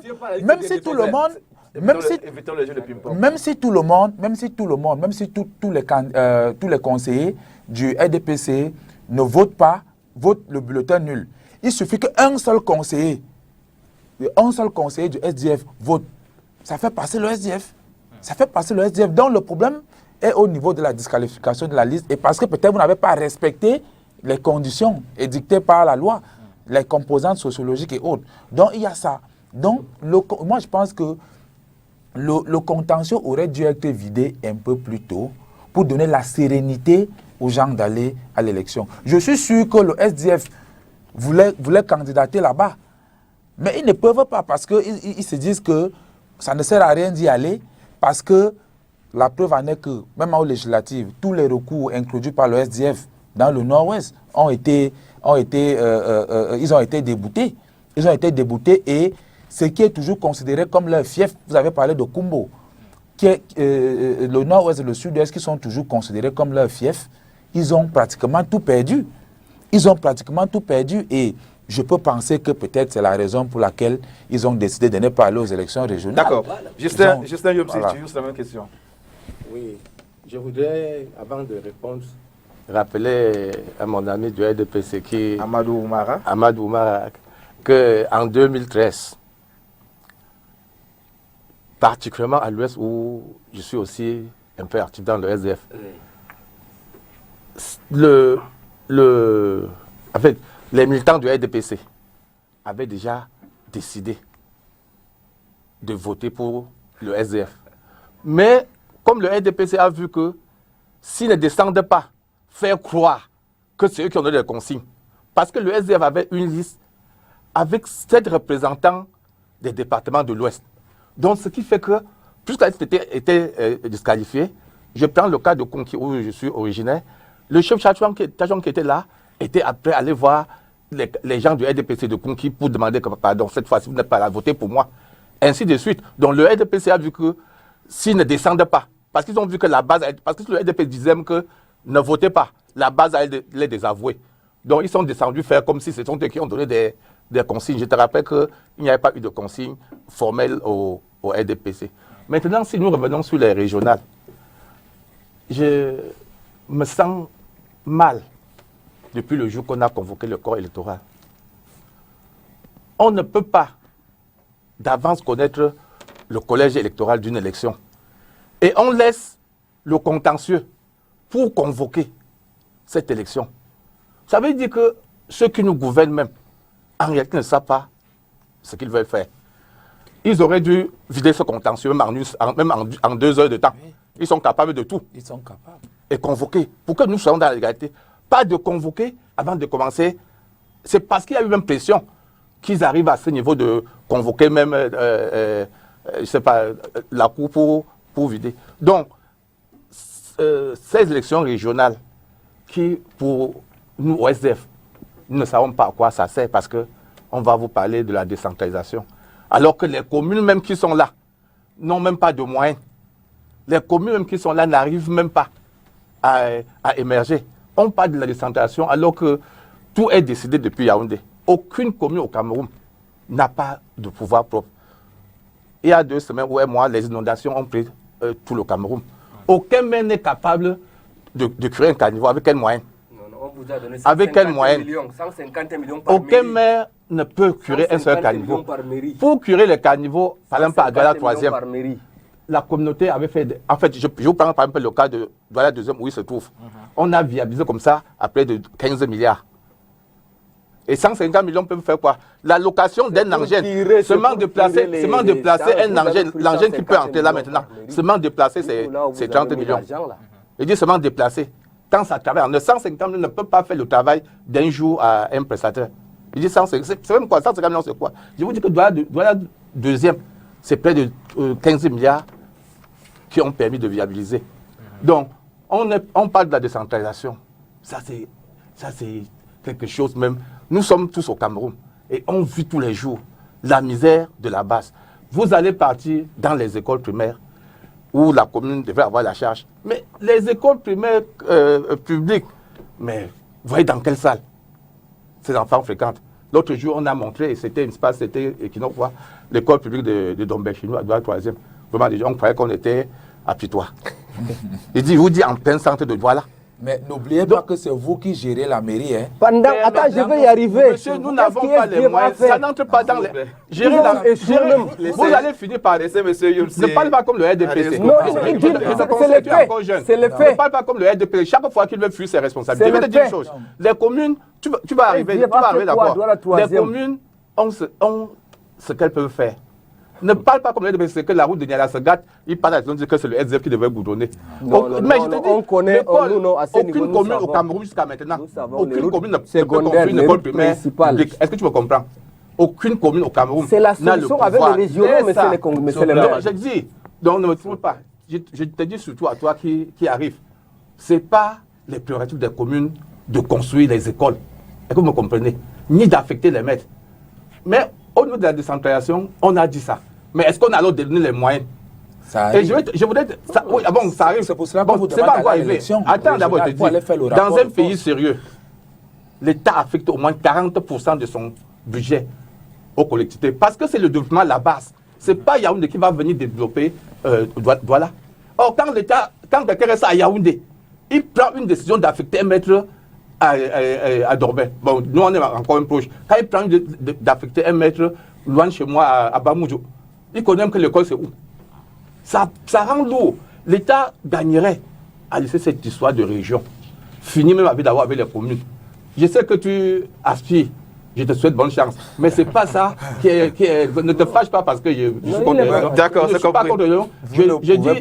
Permettez-moi. Donc je dis, ces élections régionales va juste augmenter encore les dépenses de dilapider l'argent des Camerounais. Ça ne va rien apporter sur le quotidien des Camerounais. Denis Kwebo, certains hommes politiques, à l'instar de Vincent Sosten-Fouda, qui s'est d'ailleurs exprimé dans une des tribunes à lui offerte par Arthur Cameroun, la reprise de l'élection municipale à Makenene et à Kombo n'est pas un signe de vitalité de la démocratie. Votre avis? Bon. Je sais que c'est Camerounais. C'est Camerounais, la quadrature du cercle. Le cercle n'est pas carré. Oui, mais au Cameroun, il y a beaucoup d'intellectuels qui s'exercent à démontrer comment est-ce que le cercle est carré. Voilà comment le carré est circulaire. Si on est sérieux avec soi-même, on n'argumente pas au coup par coup et au cas par cas. Il y a des Camerounais dont le raisonnement varie d'une situation à l'autre, même si elle se respecte. Et ça pose un problème. Et c'est l'incohérence. Quand l'incohérence se généralise dans un pays, on aura ce genre de problème-là.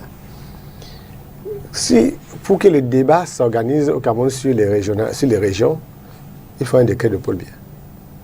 Or, depuis des années, tout le monde, même les enfants qui sont nés récemment, savaient au quartier qu'on attendait que les régions soient mises sur pied. Le personnel politique et les intellectuels ou ceux qui se considèrent comme tels n'ont pas organisé le débat sur ce que les régions doivent être. Ce n'est pas quand on convoque le corps électoral ou les corps électoraux qu'on débat. Parce que c'est comme, je l'ai déjà dit 3 fois depuis la convocation de ces corps électoraux-là. C'est comme l'autorité de la chose jugée, on sort un décret, on dit bon, c'est le 6. Là, tout le monde se réveille pour dire à quoi les régions doivent être. Ce n'est pas comme ça que ça se passe. Quel que soit le bord où on se trouve. Le débat sur l'organisation, la structuration des sociétés s'organise, ça se met en place longtemps à l'avance. Ça doit être des questions essentielles, même sur les plateaux. Vous voyez que depuis, avant, l'année dernière, vous avez fait 1 an à parler du hold-up électoral. C'est tous les jours, vous invitez les gens, ils se répartissent partout. On dit hold-up, on donne la parole à chacun. Sorti de là, vous avez organisé le débat sur Paul Biya. Moi, j'ai des gens qui m'ont appelé pour dire que je dois être honnête avec moi-même et reconnaître que Paul Biya ne vit pas. Ça fait 1 semaine que mon frère m'a encore appelé pour m'expliquer que comment est-ce que toi-même, tu sais que Paul Biya est mort, tu continues. On dit que c'est le sosie, on m'a dit que c'est le monsieur qu'on voit là. Ce n'est pas lui. Voilà. Bon, quand vous arrivez à ce niveau dans un pays là, vous voulez que les choses évoluent comment? Ça ne peut pas évoluer. Les municipalités, on ne peut pas dormir, faire la prière pour que les fonctionnaires qui sont à Yaoundé changent. On ne peut pas faire une prière pour que Paul Biya prenne une décision. Même quand Paul Biya donne l'impression de ne pas écouter ce que les gens disent, en réalité, au fond, il l'écoute toujours. Mais il trouve le moyen de faire en sorte qu'on ne pense pas que c'est parce qu'on a demandé qu'il a fait. Et c'est pour ça que la demande sociale doit se structurer, ça doit s'organiser. Quand on veut que le dirigeant Parce que quand vous êtes dirigeant, moi, je n'ai jamais voté pour Paul Biya, je ne voterai pas pour lui. Sauf qu'il y a d'autres Camerounais qui ont voté pour lui. Et c'est à lui que j'adresse les demandes. Parce que c'est lui le président de la République. Que je le veuille ou pas, c'est lui le président. Je lui adresse mes demandes. Je lui adresse tout ce qui concerne mes aspirations en tant que citoyen, en tant que leader d'opinion. Et il faut qu'on s'organise au Cameroun pour que cela soit ainsi fait. Ouais, et ça, cette réponse-là est sérieuse parce que quand on regarde même le corpus de la revendication et comment est-ce que l'opposition elle-même se structure, l'opposition est structurée pour qu'un jour personne ne lui demande des comptes. Vous dites seulement que ok, Biya est mauvais. Moi, c'est depuis 29 ans qu'il est mauvais. Comme Biya est mauvais, tout ce qui n'est pas bien, mettons au pouvoir. Et quand on va mettre au pouvoir, le débat d'il y a 40 ans, ça va recommencer. Comme chez Ouattara, le grand démocrate qui est arrivé, il dit que ok, je ne veux voir aucun candidat, il a 4 candidats. Les autres, au moins, c'était à 11 candidats. Les nouveaux dictateurs que nous, on fabrique sur les plateaux de télévision, qui viennent avec le feu et les allumettes le gaz de la allumette là, disent que bon, il faut qu'on brûle. Et ils viennent vous dire, bien n'est pas bon. Toutes les élections là, les communes là, c'est rien. Donc votez pour moi, c'est pas un programme politique. C'est pas un programme politique ça. Parce que quand il va prendre le pouvoir, d'abord il ne va même pas accepter la possibilité que quelqu'un qui ne pense pas comme lui soit candidat à une élection de base. Il faut que la lutte des Camerounais pour la démocratie soit impersonnelle. Et je ne suis pas démocrate selon que ce soit le PCRN ou le RDPC ou le SDF ou le NDM ou l'UPC. Il faut que nous soyons démocrates parce que la démocratie c'est une forme de gouvernement. Là, les citoyens, lorsqu'ils vont se mettre dans cette dynamique-là, on aura de moins en moins de tensions. Personne n'aura les allumettes et le chalumeau et le gaz quand il saura que c'est la démocratie. Parce que la force, c'est dans l'argument. Pour les municipalités, on a vu que en réalité, ce n'est pas une question de... Il y a aussi une question d'homme pour animer ces institutions-là. Quand vous voyez comment les gens se battent en campagne électorale pour être maire, on comprend qu'ils veulent tout, sauf apporter à la population les facilités de base qui sont attendues d'une commune. Et ça, c'est valable pour moi, c'est valable pour quelqu'un d'autre. Le jour où chaque Camerounais saura quel est le boulot d'un maire, et que tous les maires sauront qu'ils sont comptables, donc ce n'est pas au choix, ça va changer. On dit les régions, personne ne veut se demander, mais la région, c'est à quoi? Il y aura quoi dans la région? Et tout le monde, vous voyez que tous ceux qui ne savent pas écrire leur nom, ils sont prêts à être présidents des conseils régionaux. Il n'a jamais fait la fondation d'une maison, il ne sait pas comment on prend des mesures de quelque chose. Lui, il veut à tout prix être maire, au nom du RDPC, au nom du PCRN ou au nom de tel autre. C'est pas ça. Ce n'est pas le manjo où chacun a le droit d'avoir sa position de gouvernement ou de gouvernance. Non. Il faut que les citoyens se mettent en tête que voici ce qu'on attend d'une région. Par conséquent, voici le type de personnes qui parlent. Pour ça, je pourrais vous rejoindre parce que quand on parle de nombre de conseillers, tout le monde voit le nombre de conseillers EDPC. Non, il ne s'agit pas de ça. On est en train de vouloir mettre sur pied les conseils régionaux. Les conseils régionaux ne doivent pas être les conseils régionaux. On dit que le député est le député de la nation et non le député du RDPC. Le président du conseil régional ne va pas venir arranger les routes du RDPC et laisser les routes des autres. Donc, à ce moment-là, quand on va faire les collèges électoraux, il faut avoir un programme. Il ne faut pas seulement dire qu'on ne veut pas du RDPC ou bien qu'on ne veut pas du MRCO. Non, il faut qu'on mette quelque chose dans sa candidature à un poste de président du conseil régional. Sauf qu'au RDPC, on ne vote pas le programme, on vote le parti. Non, mais là je viens. Sur cette question-là. Non, sur cette question. Sur cette question, justement. Sur cette question, nous avons péché en tant que citoyens parce que on ne met pas suffisamment les conseillers municipaux, les conseillers régionaux, les députés, les sénateurs, devant leurs propres responsabilités de citoyens. Parce que, monsieur, si vous êtes de ma circonscription, moi j'habite dans la 5e, même si au niveau du Vouri-Est, on est ensemble. Oui, oui. Lorsque nous parlons des élus de cette région, de cette zone du Cameroun-là, il faut qu'on regarde en termes de responsabilité vis-à-vis de nous. Ce n'est pas en termes de est-ce qu'il appartient à tel parti ou politique, quel que soit le parti politique dont le candidat sera élu. La demande viendra de nous et on ne va pas, il n'y aura pas une demande de ses électeurs. Non, il y aura une demande du public. Donc il faut interpeller, même pour le cas des élections qui viennent là, tous les conseillers municipaux qui se font acheter à 15 000 francs. J'ai un monsieur qui était candidat dans une commune, peut-être la vôtre, et qui s'est fait acheter 300 000 francs pour perdre un poste de maire. Alors, 300 000 francs pour perdre un poste de maire. Lionel Damafouda, je vous ai vu C'est brûler pas d'envie acceptable. de réagir. Oui, Allons-y très rapidement. Effectivement, je vais retrouver M. Denis Krobo quand il parle de la responsabilité. C'est pourquoi nous sommes allés aux élections. On n'a pas regardé que nous n'avons que 18 conseillers ou 20 conseillers et on ne peut pas y aller parce que le rapport de force ne donne pas non. Nous partons à l'élection parce que nous avons un programme que nous allons dérouler. Vous allez certainement nous donner l'occasion dans les prochains jours. De campagne. Voilà, pendant la période de campagne. Mais nous pensons que les conseillers municipaux qui sont là, fut-il du RDPC ou du SDF, sont des personnes structurées dont on ira vers eux, leur faire part de nos programmes politiques, de nos programmes pour les régionaux, et qu'ils pourront voter pour nous. Parce que là, ce n'est pas une affaire de parti. On ne vote pas le parti. Ce n'est plus des affaires de consignes de parti. C'est l'affaire du programme. Nous sommes tous de la région du littoral. Si vous gérez le conseil, c'est-à-dire si vous avez le président du conseil régional, qu'est-ce que vous allez implémenter pour le bien de toute la population du littoral? C'est pourquoi nous allons aux élections. On ne peut pas se décourager à ce niveau. C'est pourquoi nous avons dit que nous avons des stratégies, nous avons mis des stratégies en place en interne. Même si vous ne votent pas, vous les aurez mis devant leurs responsabilités. Devant leurs responsabilités, effectivement. Donc c'est ça. Voilà. Oui, moi je voulais dire ceci. Bon, quand il parle de programme, je ne sais pas quel est le programme que vous allez implémenter quand vous serez régional. Je tiens à te rappeler que nous pouvons parler au Cameroun. Nous pouvons parler de programme peut-être au niveau du sommet. Parce que si tu es demain régional et les textes ont dit que tu dois faire là aussi, tu es encore en train d'implémenter quoi? Le problème ici, c'est quoi? C'est que ce que vous allez faire est déjà défini. Mais l'État ne vous donne pas les moyens là pour le faire. Ce que vous devez faire est connu. Les routes qui sont à votre charge est connu. Mais les moyens, vous n'avez pas. Et c'est pour ça que la décentralisation au Cameroun, je vous le dis, tu vas voir au jour des élections, parce que le RDPC ne fait pas confiance. Ils vont sortir avec l'argent pour partager, parce que s'ils ne partagent pas l'argent entre eux-mêmes, je peux te donner, il faut être confiant.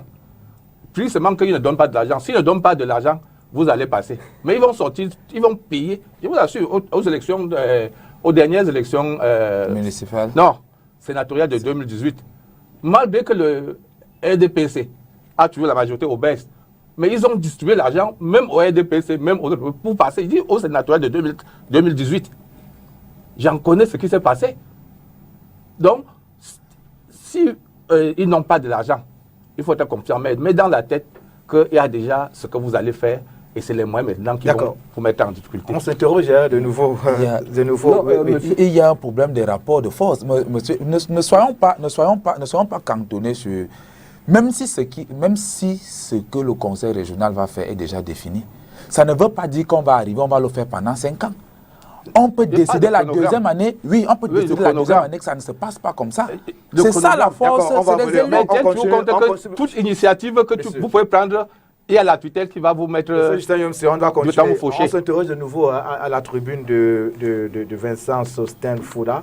On va signaler ça, susciter beaucoup de curiosité sur la toile. Amadou Oumara, d'après cet homme politique, ce qui se passe aujourd'hui à la Cour suprême n'est qu'une démonstration de ce que le RDPC, qui est qualifié également de parti État, a pris le pays en otage. Êtes-vous d'idée avec lui lorsqu'il dit, par exemple, que le RDPC a muselé les libertés et contrôle les 5 pôles de pouvoir, à savoir l'exécutif, le législatif, le judiciaire, les médias et le peuple? Il a parlé de museler des libertés. Je pense que quand on parle de la démocratie, il y a la liberté d'expression. Au Cameroun, nous avons presque... Le président du syndicat des journalistes peut apporter des éléments, si je me trompe. Si on essaie de faire des statistiques, les médias classiques, il y a les radios, il y a les télévisions, il y a les presses écrites et consorts, c'est plus de 30. Et monsieur le président du syndicat, l'exemple de la démocratie, c'est sur ce plateau. Par le passé, je ne pensais pas qu'on peut s'asseoir sur un plateau et insulter le président de la République, dénigrer le programme des membres du gouvernement.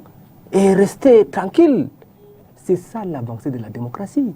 Il y a la liberté d'expression au Cameroun. En Afrique, si on classe les pays là où il y a la liberté d'expression, le Cameroun fait partie. Je ne peux pas donner les noms des pays, mais nous savons tous des pays ici, chez nos voisins. Tu ne peux pas t'asseoir sur un plateau de télé, insulter un président, dénigrer le projet gouvernemental, tu sortais indemne. Oui, c'est cette démocratie qui est en train d'avancer.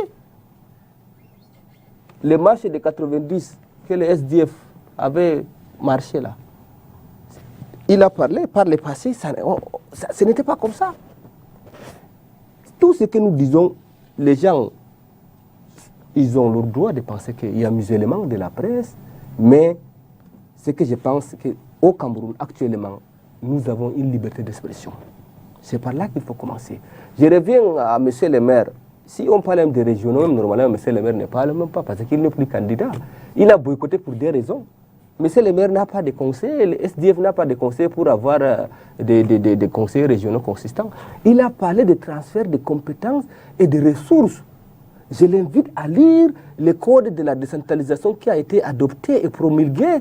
Ça donne les ressources. Attends, monsieur le maire, je vais y arriver. Je tiens à te rappeler qu'avant d'être maire, je suis cadre à côté. Monsieur le maire. Donc, est-ce que le transfert donne les ressources? Monsieur le maire, il y a ce qu'on appelle le système de péréquation. Avec la décentralisation, monsieur le maire. C'est à Douala, et ça part à Yaoundé. Monsieur le maire. Monsieur le maire. Monsieur le maire. C'est le rôle du conseil régional qui va implémenter. Nous sommes des pratiquants. Et pour nous, c'est terre à terre. Non, monsieur le maire, vous avez parlé de recrutement. Ce n'est pas les textes qui nous dérangent. Permettez aux téléspectateurs de mieux vous comprendre. Monsieur le maire, souffrez de m'écouter. Non, c'est toi qui viens vers moi et je répondre. Je viens vers vous parce que vous avez boycotté les élections. C'est pas ça qu'on vous demande. Non. Et vous êtes en train d'expliquer au Cameroun que la décentralisation ne sert à rien. Tu ne peux pas parler de la liberté et refuser que nous ne boycottons pas. Non, monsieur le maire, vos raisons ne sont pas fondées. Dites-nous, on n'a pas la capacité de mobilisation pour aller aux élections, avoir des conseils régionaux, et non de dire que non, Yaoundé ne transfère pas les compétences, il n'y a pas de ressources. Ce n'est pas des raisons, monsieur le maire. Ce n'est pas des raisons. Alors, Justin Lionel Fouda, on va sortir de ce premier sujet. Comment entrevoyez-vous les élections régionales de 2020? Les élections régionales de 2020 déjà, c'est une grande fierté pour nous de participer. Pourquoi? Déjà parce que ça contribue d'abord au parachèvement, n'est-ce pas, de la mise en place des institutions qui avait été prévue par la loi de 1996. Il faut aussi dire que c'est une opportunité. Les élections régionales sont aussi une opportunité pour le déclenchement, n'est-ce pas, de la résolution de la crise anglophone. Parce que vous savez que lors du grand dialogue auquel nous avons participé, nous avons, en fait, il en est ressorti pour les deux régions le statut spécial. Bon, même si nous avons émis les réserves, notamment en ce qui concernait la House of Chief de ce statut spécial-là. Donc, ça va permettre quand même, n'est-ce pas, de décrisper, de solutionner la crise anglophone.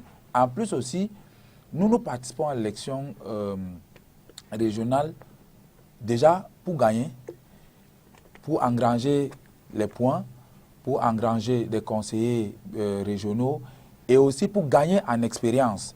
Parce que, voyez-vous, nous savons quand même que en dehors du RDPC, nous sommes quand même sûrs d'avoir des conseillers parce que nous avons quand même tout l'Union qui est là avec nous. Et là-bas, il y a une liste qui est conduite par le professeur Charlie Gabriel Mbok. Et là-bas, vous savez quand même que tous les conseillers municipaux sont du PCRN. Donc, mais dans l'Ovouri, l'Onkam et la Sanaga maritime, ça sera une lutte. Et nous irons à ces élections. Et nous allons également aux élections régionales pour, n'est-ce pas, accompagner le gouvernement dans le parachèvement de ces institutions. Parce que nous pensons qu'en 2025, nous allons relever ce gouvernement et puis nous allons modifier. Nous aurons la capacité, la possibilité de modifier ce qui n'est pas bien et lorsque nous serons au pouvoir en 2025. D'accord. Justin Yomsi, est-ce qu'aujourd'hui on peut dire que le SDF a pris une décision hâtive, vu que la Cour suprême a enfin vidé le contentieux? Est-ce qu'on regrette aujourd'hui de ne pas être présent au régional? On ne regrette pas. Mais ce qui nous intéresse, c'est que nous avons poussé la Cour suprême à statuer sur ce qu'elle n'avait pas prévu. Parce que c'est la décision forte du vice-président du SDF qui a permis à ce que nous revenions. Sinon, vous n'allez pas nous expliquer pourquoi est-ce qu'on pouvait convoquer le collège électoral sans vider ce contentieux. Mais comme eux-mêmes, ils se sont retrouvés en difficulté, comme eux-mêmes, ils ont vu qu'ils sont contre leur propre loi. Aujourd'hui, ils courent, ils disent n'importe quoi tous les jours. Nous pensons que l'élection régionale au Cameroun n'a rien de particulier. Parce que la décentralisation est à deux niveaux. Est-ce qu'au premier niveau qui concerne les communes, quel est l'apport des communes dans le développement? À peu près rien. Il y a 2 semaines ou 3, le ministre des Finances, avec son camarade de la décentralisation, ont nommé les receveurs municipaux dans les communes d'arrondissement du Cameroun.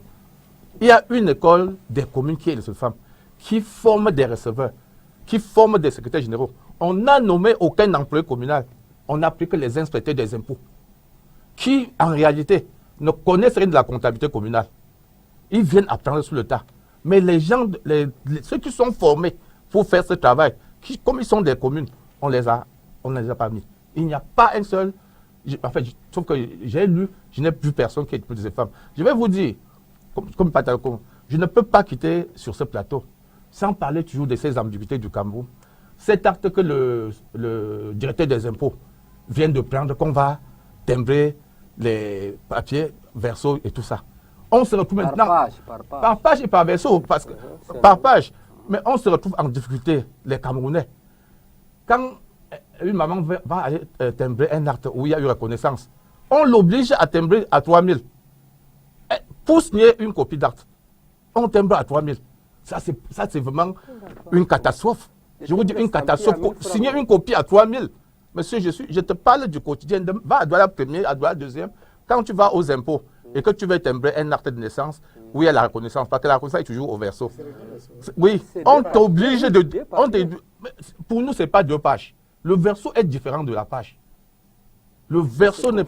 Permets-moi, je suis d'accord que c'est là, mais pour nous, c'est différent de la page. Le verso est différent de la page. Vous voyez qu'un Camerounais qui va signer une copie à 3 000, et lui, il est juste directeur des impôts, mais il prend un acte de portée générale dans tout le Cameroun. Et le ministre, tout le monde reste là, personne ne dit rien.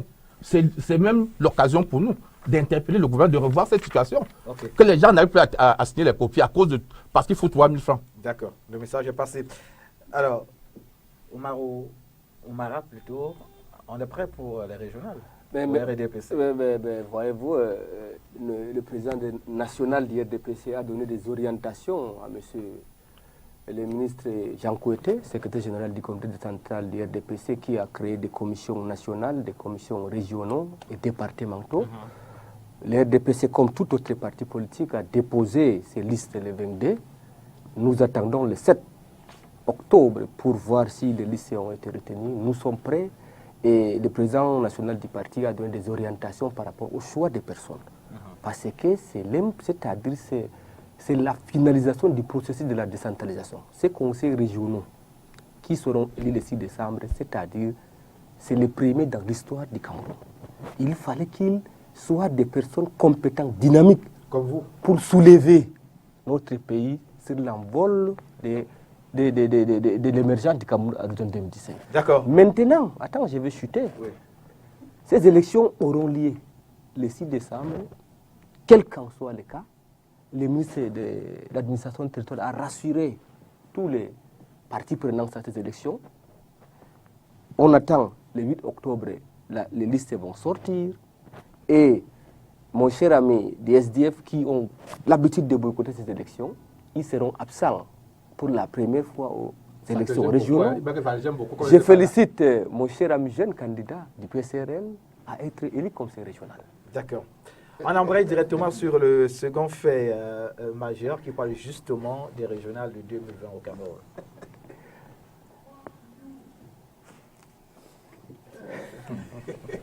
D'accord. Il faut aller aux élections. Vous fuyez.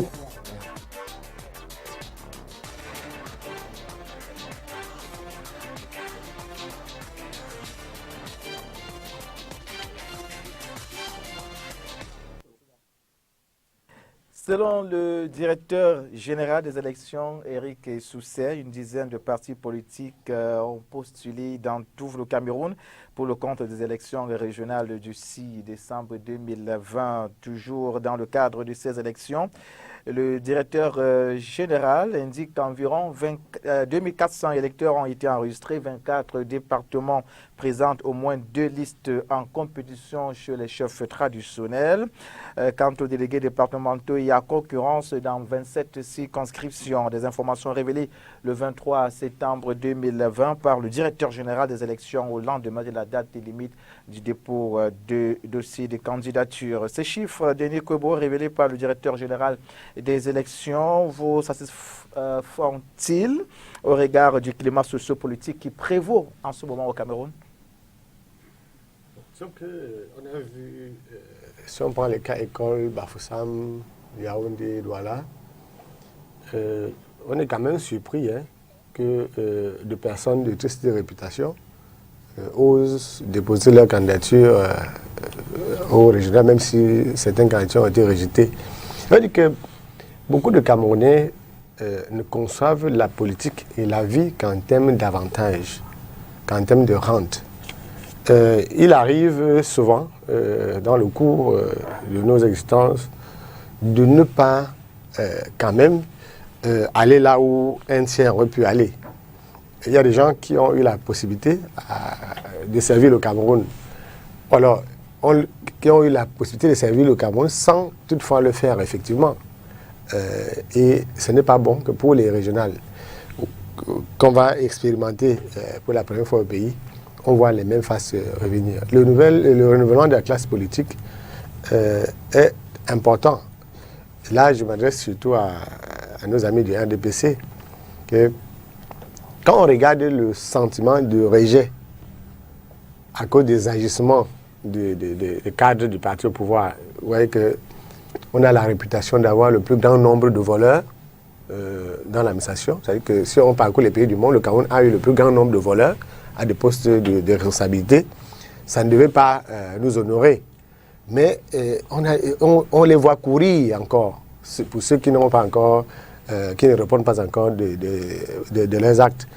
Et les citoyens camerounais qui aiment souvent porter la critique, notamment sur les réseaux sociaux, ne s'attaquent que rarement à ce type de personnage-là. Ça, c'est quand même le moment idoine pour nous d'exprimer nos sentiments par rapport à ces personnes qui viennent. Parce que, bon, on ne va pas demander, entre camarades du RDPC, on a parfois de la difficulté à dire que tel ou tel devrait attendre, parce que si vous le dites, on va vous taxer de ci ou ça.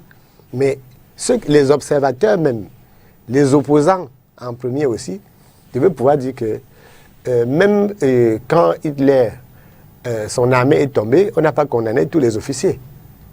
On n'a condamné que quelques officiers d'Hitler après la Deuxième Guerre mondiale. Donc, il ne faut pas penser que tout ce qu'on reproche au RDPC s'applique à l'ensemble des cadres de ce parti. Il y a beaucoup de militants progressistes au RDPC. C'est même beaucoup c'est des refuges. Il y en a qui considèrent ce parti comme le plus grand raccourci pour accéder à des postes. Donc, nous, de la société citoyenne, appelons ça comme ça, on devait quand même être regardant sur les profils. Et ça inquiète. Parce que si nous, on ne parle pas, il ne revient pas au RDPC de parler, mais que les Camerounais parlent. Moi, j'ai vu un monsieur qui était maire de la commune de Douala premier, monsieur Léolin Diakwa, du SDF.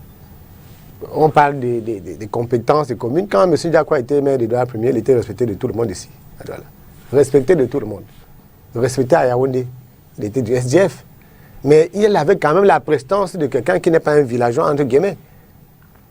Avec le peu de moyens qu'il avait, il donnait envie aux gens de vivre dans une cité moderne. Sans moyens.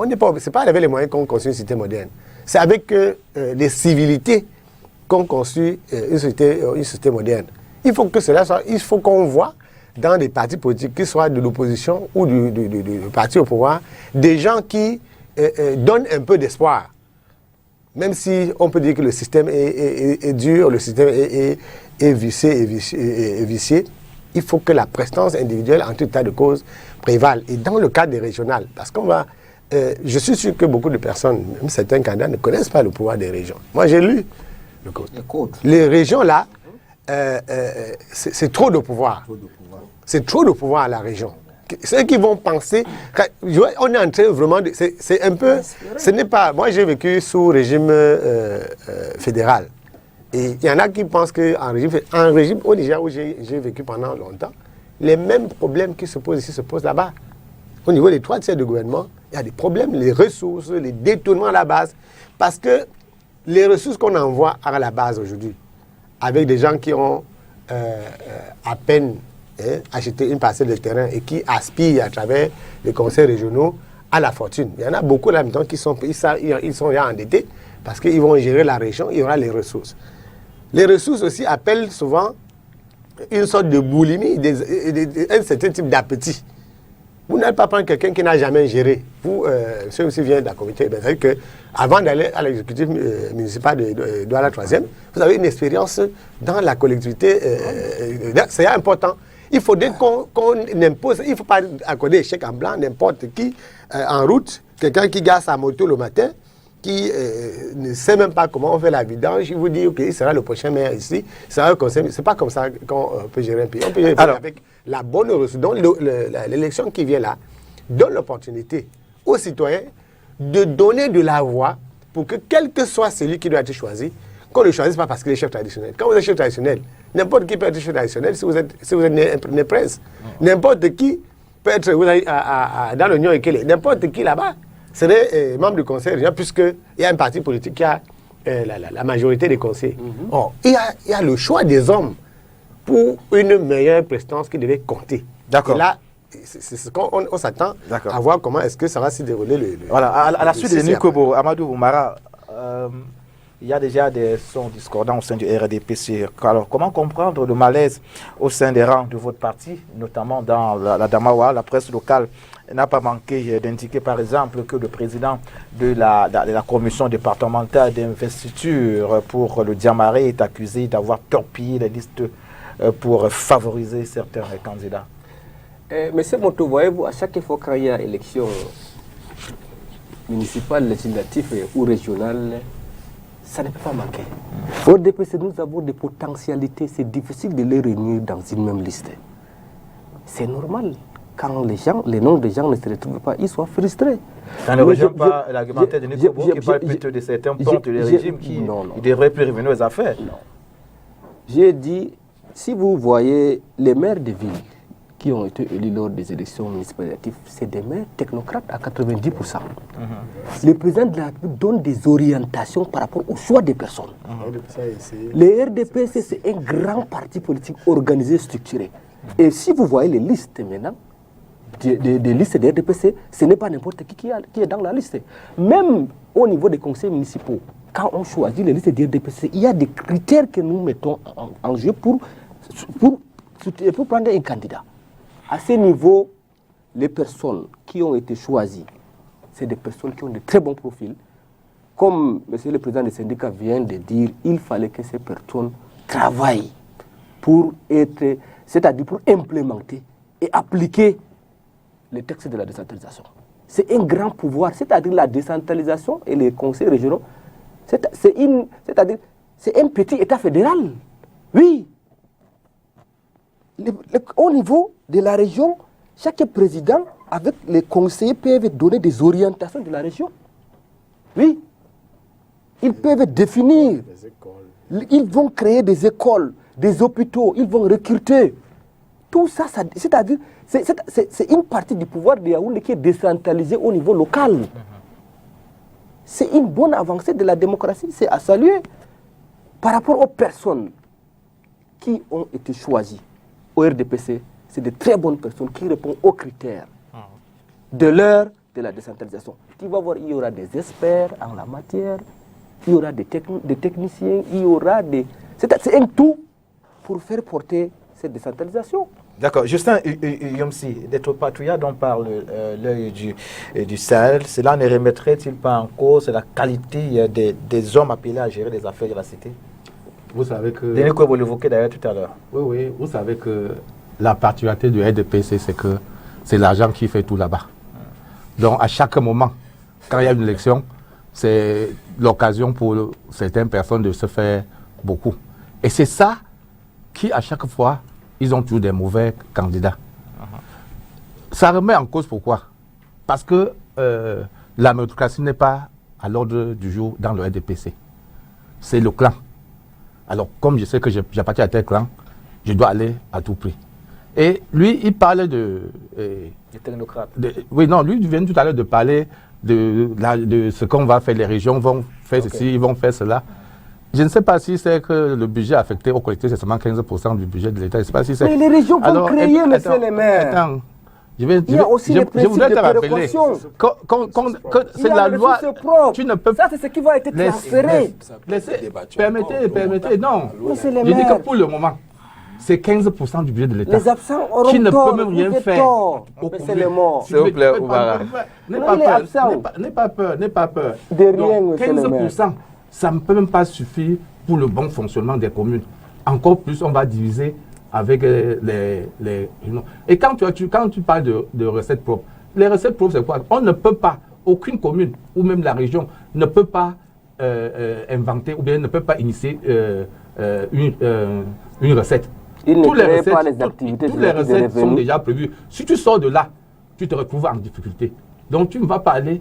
Quand on dit, je prends le cas des communes, quand on dit que l'impôt obligataire, c'est une recette des communes. Mais c'est les impôts qui recouvrent. Et le gars, par exemple, chez nous, à Douala 3e, comme c'est le gars des impôts qui recouvre, lui, quand il arrive à Tradex, il s'arrête là. Il n'entre pas à Banga Pongo. Nous, on n'a pas le droit d'aller recouvrer. Il te dit que lui ne peut pas lui entrer là. On se retrouve que ce qu'on a un budget, on ne peut pas avoir. Donc, leur décentralisation et tout ce qu'ils mettent là, c'est une façon de nous endormir. Parce que ce qui est sûr, c'est que le Cameroun ne peut pas se développer avec de tels actes. Je suis d'accord qu'au RDPC, il y a quand même des progressistes. Ça, je ne peux pas refuser. Mais parfois, ils sont butés. Parce que le RDPC est toujours au-dessus du gouvernement. Parce que si on dissociait le RDPC et le gouvernement, peut-être qu'on aurait dû faire beaucoup de choses. Donc, les régions qui arrivent, c'est encore l'autre poche de mangeoire. Et comme le RDPC, c'est comme ça, n'importe qui met celui qui va lui apporter quelque chose. D'accord. Lionel Damafouda, l'œil du Sahel, dans sa parution du lundi 21 septembre, a évoqué le cas des militants fictifs retenus par le RDPC régional dans la région du Nord. Est-ce que cela ne fausse-t-il pas d'entrer le jeu démocratique? Effectivement, ça fausse le jeu démocratique et surtout, c'est quand même l'œil du Sahel qui est basé dans le Grand Nord et qui suit l'information au quotidien. Donc, je pense que ça fausse effectivement le jeu. Se retrouver avec des militants fictifs, je ne sais pas pour quelle raison, peut-être parce qu'il n'y avait pas de candidat ou bien parce qu'il n'y avait pas de profil. Mais moi, je pense que c'est... Même les journaux de l'État et à mettre, ce n'est pas des informations S'il vous plaît. qui s'avèrent vraies. Hein. Donc, moi je pense que... Non. C'est un journal crédible. Pour quelle raison? Quel est le journal critère crédible. de base des Vous n'avez militants pas fictifs? Je pense que c'est moi qui ai la parole. Vous n'avez pas parole, s'il vous Je plaît. pense que c'est moi qui ai la Quand on ne parole. fait pas les autres du RDPC, c'est pas Je crédible. pense que c'est moi qui ai la Je parole. n'ai pas dit que les S'il vous plaît, respectons le temps de parole de Monsieur Oumarou, je Lionel. pense que le gouvernement a apprécié Guibaï Gatama et son journal pendant la période où Boko Haram battait son plein. Oui. Parce qu'il donnait des informations à temps et crédibles. Là, je pense qu'en ce moment-là, il était crédible pour vous, pour RDPC. Bon, maintenant, lorsqu'il dénonce les candidats fictifs, ça devient très grave. Pour nous, au PCRN, comment est-ce que nous avons fait pour choisir les candidats? Le président national a signé une circulaire qui, en dehors des conditions à remplir générales, signées par que le code électoral prévoit, le président national en interne a signé une circulaire qui donnait les conditions à remplir pour être candidat à la candidature, parmi lesquelles le CV. Ça, c'est pour dire que la liste des 30 du PCRN qui a été déposée à Elecam, c'est une liste bien structurée avec des profils connus. Donc, il y avait d'abord le CV qui était pris en compte. Ne renverse pas mon camarade. Quand tu dis CV comme ça, il a peur. Non, chez nous, c'était le CV. Même chez nous, Le CV était pris en compte. Les états de service, quels sont les services que vous avez eu à rendre au parti? Donc, oui, mais au RDPC, les états de service ne comptent pas. La preuve en est le maire de Douala, 3e aujourd'hui. Non, je suis en train de parler du PCRN pour dire que les états de service étaient pris en compte et maintenant il y avait un troisième aspect qui était les cotisations annuelles. En dehors de cela, nous avons donc reçu une 80aine de candidats uniquement pour l'Ouvri et je vous assure, les CV étaient extraordinaires. Et à un moment donné, vous savez bien qu'au PCRN, le PCRN a son idéologie qui est, et son concept qui est le fédéralisme communautaire. Oui, non, c'est le fédéralisme communautaire. C'est pas ça, c'est ce que nous allons implémenter quand nous allons arriver au pouvoir. Et nous avons commencé déjà à se l'approprier. Oui, nous avons commencé à... Non, c'est pas un rêve. C'est pas un rêve. Nous sommes sûrs. Non, nous sommes sûrs. Parce que je vais d'abord vous. Non, nous sommes sûrs que. Nous sommes sûrs qu'en 2025. Parce que ce qui fait peur au RDPC, attendez, ce qui fait peur au RDPC, ce qui fait peur au RDPC, c'est que leur président national décide de ne plus être candidat. Ça va chambouler tout le jeu politique. C'est ce que vous pensez. Ça va chambouler tout le jeu politique. Et nous, non, ça va disparaître. Mais justement, c'est de ça qu'il s'agit. C'est ce que je suis en train de dire que nous avons le concept de fédéralisme communautaire que nous avons commencé à s'approprier en interne. Et c'est ce que nous avons fait valoir. C'est pour cela que vous allez voir que la liste du PCRN regorge toutes les composantes sociologiques. Le code prévoit ça. S'il vous plaît. Vous n'avez pas le choix. Il faut ça, c'est pas nouveau. Pas forcément de la même manière qu'au RDPC. Pas forcément de la même manière. Pas forcément de la même manière qu'au RDPC. Donc pour dire que les 30 candidats qui ont été retenus pour le compte du PCRN, c'est des personnes avec des CV bien structurés qui ont rendu des services au parti et c'est des personnes connues. C'est-à-dire, si vous arrivez à Douala, vous demandez Thomas Ekale pour le PCRN, personne ne vous dira qu'il ne le connaît pas. Vous demandez Nadine, par exemple, Mekabo sur les autres. C'est des personnes connues, des personnes qui ont posé des actes pour le PCRN. Donc, nous, depuis que notre liste a été déposée, je vous assure, le PCRN dans l'Ouvri n'a jamais été serein, comme c'est le cas en ce moment. D'accord. Nous restons toujours dans le Grand Nord, et toujours avec le journal du Sahel qui nous amène dans le maillot Ré. Le journal indique que l'UNDP boycotte les régionales. D'après ce journal, la pomme de discorde est la question de la chefferie traditionnelle dans ce département. Et du coup, les militants de ce parti politique, donc, on le rappelle, c'est l'UNDP, dénoncent le silence des pouvoirs publics. J'ai envie de vous demander, que vous inspire cet état des choses? Est-ce là un calcul politique bien calculé par ceux qui contrôlent le pouvoir? C'est fait à dessein, selon vous? Non, je dis qu'il y a des questions qui ne sont pas intellectuellement tenable. Quand il y a élection, on rapporte les faits divers dans tel ou tel coin. Et quoi, c'est pour prendre un peu d'argent à un lecteur. Ce n'est pas essentiel. Vous savez que et c'est mauvais au Cameroun, où il y a une propension terrible à exploiter la naïveté des citoyens, même par nous les journalistes. Il y a des questions, en politique, il y a des questions essentielles. Il y a des questions périphériques. Alors, est-ce que l'élection se joue là-bas sur ce coup-là? Non. Alors, les questions de chefferie, il y en a eu à Douala, il y en a eu partout. Donc, ce n'est pas, Et quand on convoque les corps électoraux, ces questions-là ne doivent pas rentrer dans le débat. Puisqu'on a convoqué les corps électoraux, et 1 mois, 3 mois, 6 mois, 1 an avant la convocation des corps électoraux, on devait tirer au clair la situation.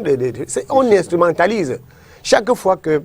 Oui, j'ai vu, il y a le ministre de l'administration de l'État qui a pris un certain nombre de mesures. On a vu, il a envoyé des communiqués avant au préfet, au gouverneur, de mettre à jour tel nom. Personne n'a rien dit. Quand on convoque. Et puis on attaque. C'est comme si... Vous ne pouvez pas... C'est pas comme ça. Pour qu'une loi soit modifiée, on peut avoir un débat public sur une telle loi. On peut avoir un débat public sur les conditions ayant présidé à voter cette loi.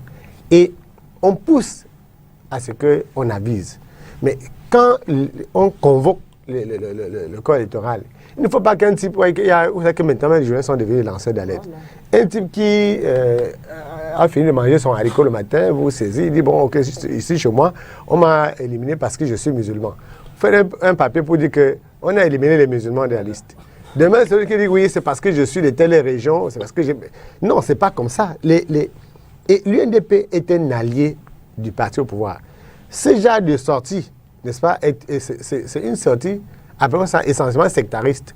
De faire croire que l'allié du pouvoir vient d'avoir subitement... C'est comme si on voulait sortir quelqu'un d'un trou. Vous êtes allié du pouvoir. Le jour où l'UNDP sera en désaccord fondamental ou profond avec le RDPC, on verra la rupture des accords. Quand ces accords ne sont pas rompus, il y a des choses qui se passent dans leur chambre et puis on n'a pas besoin de mettre ça sur la place. Ça n'ajoute rien au débat. Mais si c'est une question qui est essentielle et qui peut, n'est-ce pas, inverser le cours d'une élection, on parle ça en public. Alors, ce qu'on réussit à faire, c'est que bon, on nous fait parler. Nous sommes sur 360 communes. On va vous amener à parler d'un village. Nous sommes 360 communes. On parle d'un village. Et des enjeux profonds. Tout à l'heure, quand M. Moussy parlait, on n'est pas trop revenu là-dessus. Les perspectives, c'est quoi? C'est que quand on parle de la dévolution des pouvoirs et de la division des ressources, il faut, pour ceux qui ont accepté d'aller aux élections régionales, on va élire un conseil régional dans les conditions actuelles. Comment on peut poser la question à la limite si notre camarade ici pouvait nous dire, okay, si lui veut être président du conseil, qu'il nous dise comment est-ce qu'il pourrait faire en sorte que le conseil joue pleinement son rôle, vu que les ressources sont modiques. Et comme ça, il nous expliquait comment est-ce qu'il peut développer des ressources propres pour le conseil. Et il y a des ressources propres. Ce qu'on a réussi à faire au Cameroun, c'est que, pour ceux qui ont survolé le pays en avion, le Cameroun est l'un des pays les moins habités du monde. On n'a que des espaces vides. Et vous ne pouvez pas refuser de produire, parce qu'on produit plus de la littérature que de richesse. Les gens produisent de la littérature chez n'importe qui aujourd'hui. Quand quelqu'un n'a pas l'essence dans sa moto le matin, il se lève, il n'a pas d'essence, il ne peut pas aller conduire, il se met à produire des littératures sur Facebook. Il vous dit même que la révolution, c'est dans 2 jours. Voilà. J'avais dit la dernière fois ici, on a dit que le 23 septembre, on devait être là, non? Voilà. Le 23 septembre, on était là. Quand vous avez aujourd'hui, vous avez vous-même, vous êtes arrangé à ne plus poser la question. Mais la semaine dernière, on disait que le 23, on ne serait plus là. Voilà. On a dit que pour bien sûr, mais il est parti peut-être dans son... Quoi qu'il est allé dans son village hier, mais il n'est pas parti comme on disait. Le fait de concentrer ce type, d'amasser ce type de discours au pays, pour dire que bon, l'UNDP est en mal ici, l'UNDP est en désaccord avec l'UNDP n'est pas en désaccord avec le RDPC. L'UNDP est en parfait accord, en parfaite harmonie avec le RDPC. C'est pour ça qu'ils sont toujours dans l'Alliance. Alors, pour sortir, ils ne sont plus dans l'Alliance, qu'ils sortent clairement. 5 minutes pour sortir de cette émission. Justin Yomsi, êtes-vous d'avis avec ceux qui pensent qu'on ne devrait pas accorder des crédits aux élections régionales, car selon cela, il s'agit d'une distribution de strates compartimentées, mais unifiées des circonscriptions? Oui, je vous ai dit que nous sommes contre ces élections. Ces élections ne doivent rien apporter au quotidien de Camerounais. Je vous dis que c'est une poche de mangeoire qu'on vient encore de créer. Donc, le Camerounais ne va pas voir son quotidien amélioré parce qu'il y a eu les élections régionales. Et c'est pour ça que je disais tantôt à mes frères là que la décentralisation au Cameroun, le temps ne va pas vous laisser. Vous avez vu le maire de Djombe, qui les textes parlaient de produits de carrière. Mais quand lui va exploiter sa carrière, on vient encore lui dire que c'est minier. Pourtant, les textes parlent de produits de carrière. Comme ça va donner un peu d'argent et les gens mangeaient, on l'empêche. Et c'est comme ça la décentralisation au Cameroun. Ces élections, les communes même déjà ne sont pas à l'aise, ne serait-ce que même à 30%. Et on va encore mettre au-dessus des communes une autre structure. Non. Pour nous, au SDF, ces élections, les lois ne sont pas opportunes. Justin. En fait, Lionel, pardon. En fait, moi, je pense que on ne peut pas réclamer une chose et venir encore émettre des... Mais c'est le maire doit même démissionner. On ne peut pas. Il doit même démissionner. Vous-même, vous avez toujours réclamé la décentralisation. Non, voilà nous c'est le fédéralisme. On n'a jamais déclaré. Nous ne sommes pas pour la décentralisation. Bon. D'accord. Je parle parce que c'est ce qu'il y a. Le SDF, c'est... On vous a compris. Oui. On vous a compris, Justin. Le SDF pas, mais beaucoup de Camerounais ont toujours réclamé la décentralisation. Parce que c'est la gestion Non, on locale. va dire beaucoup de Camerounais. Parce qu'il n'y a pas eu de sondage. Pas beaucoup de Camerounais. Non, mais c'est les maires. non, pas beaucoup de Camerounais. Si on vous dit que désormais vous n'irez plus signer vos documents à Yaoundé, vous pourrez le faire localement, c'est déjà une bonne chose. C'est déjà une bonne chose. Et maintenant, tout ce que vous énumérez là, vous dites que non, ça n'ira pas pour telle raison, pour telle autre. Nous savons ça. Mais qu'est-ce qu'on fait? On y va. Une fois qu'on est là, on crée dans le rapport de force pour améliorer. Les élections régionales, lorsque le conseil régional sera mis en place, ça ne va pas résoudre tous les problèmes la même année. Ça va permettre déjà de voir qu'est-ce qui bloque, à quel niveau ça bloque, pour répercuter, pour que ce soit... Ça va aller au fur et à mesure, hein, c'est 5 ans. Mais il faut faire la différence. Nous, on a dit qu'on ne pas, mais on n'empêche pas. On n'empêche pas aux autres de partir. Nous, on a Amadou Oumara. On n'est pas le MSC qui 30 secondes. Monsieur Moto, merci. Il faut que monsieur le maire démissionne. Oui, c'est compris. Il faut qu'il démissionne. Oui, c'est compris. Et aussi, il est adjoint au maire à Douala 3e. Oui, tout à fait. Ce n'est pas... Il est élu adjoint au maire. Qu'est-ce que vous voulez dire? Sur le point de faire avancer la décentralisation. Okay, maintenant, il est maire, il dit que la décentralisation a échoué. Il démissionne de son poste. D'accord, c'est compris. Denis Kwebo. Il est dans la mangeoire aussi. Il faut qu'il démissionne. D'accord, on vous a compris. Denis Kwebo. Après le 6 décembre, on verra la mise sur pied des conseils régionaux. C'est automatique. C'est une étape importante dans la vie de notre pays.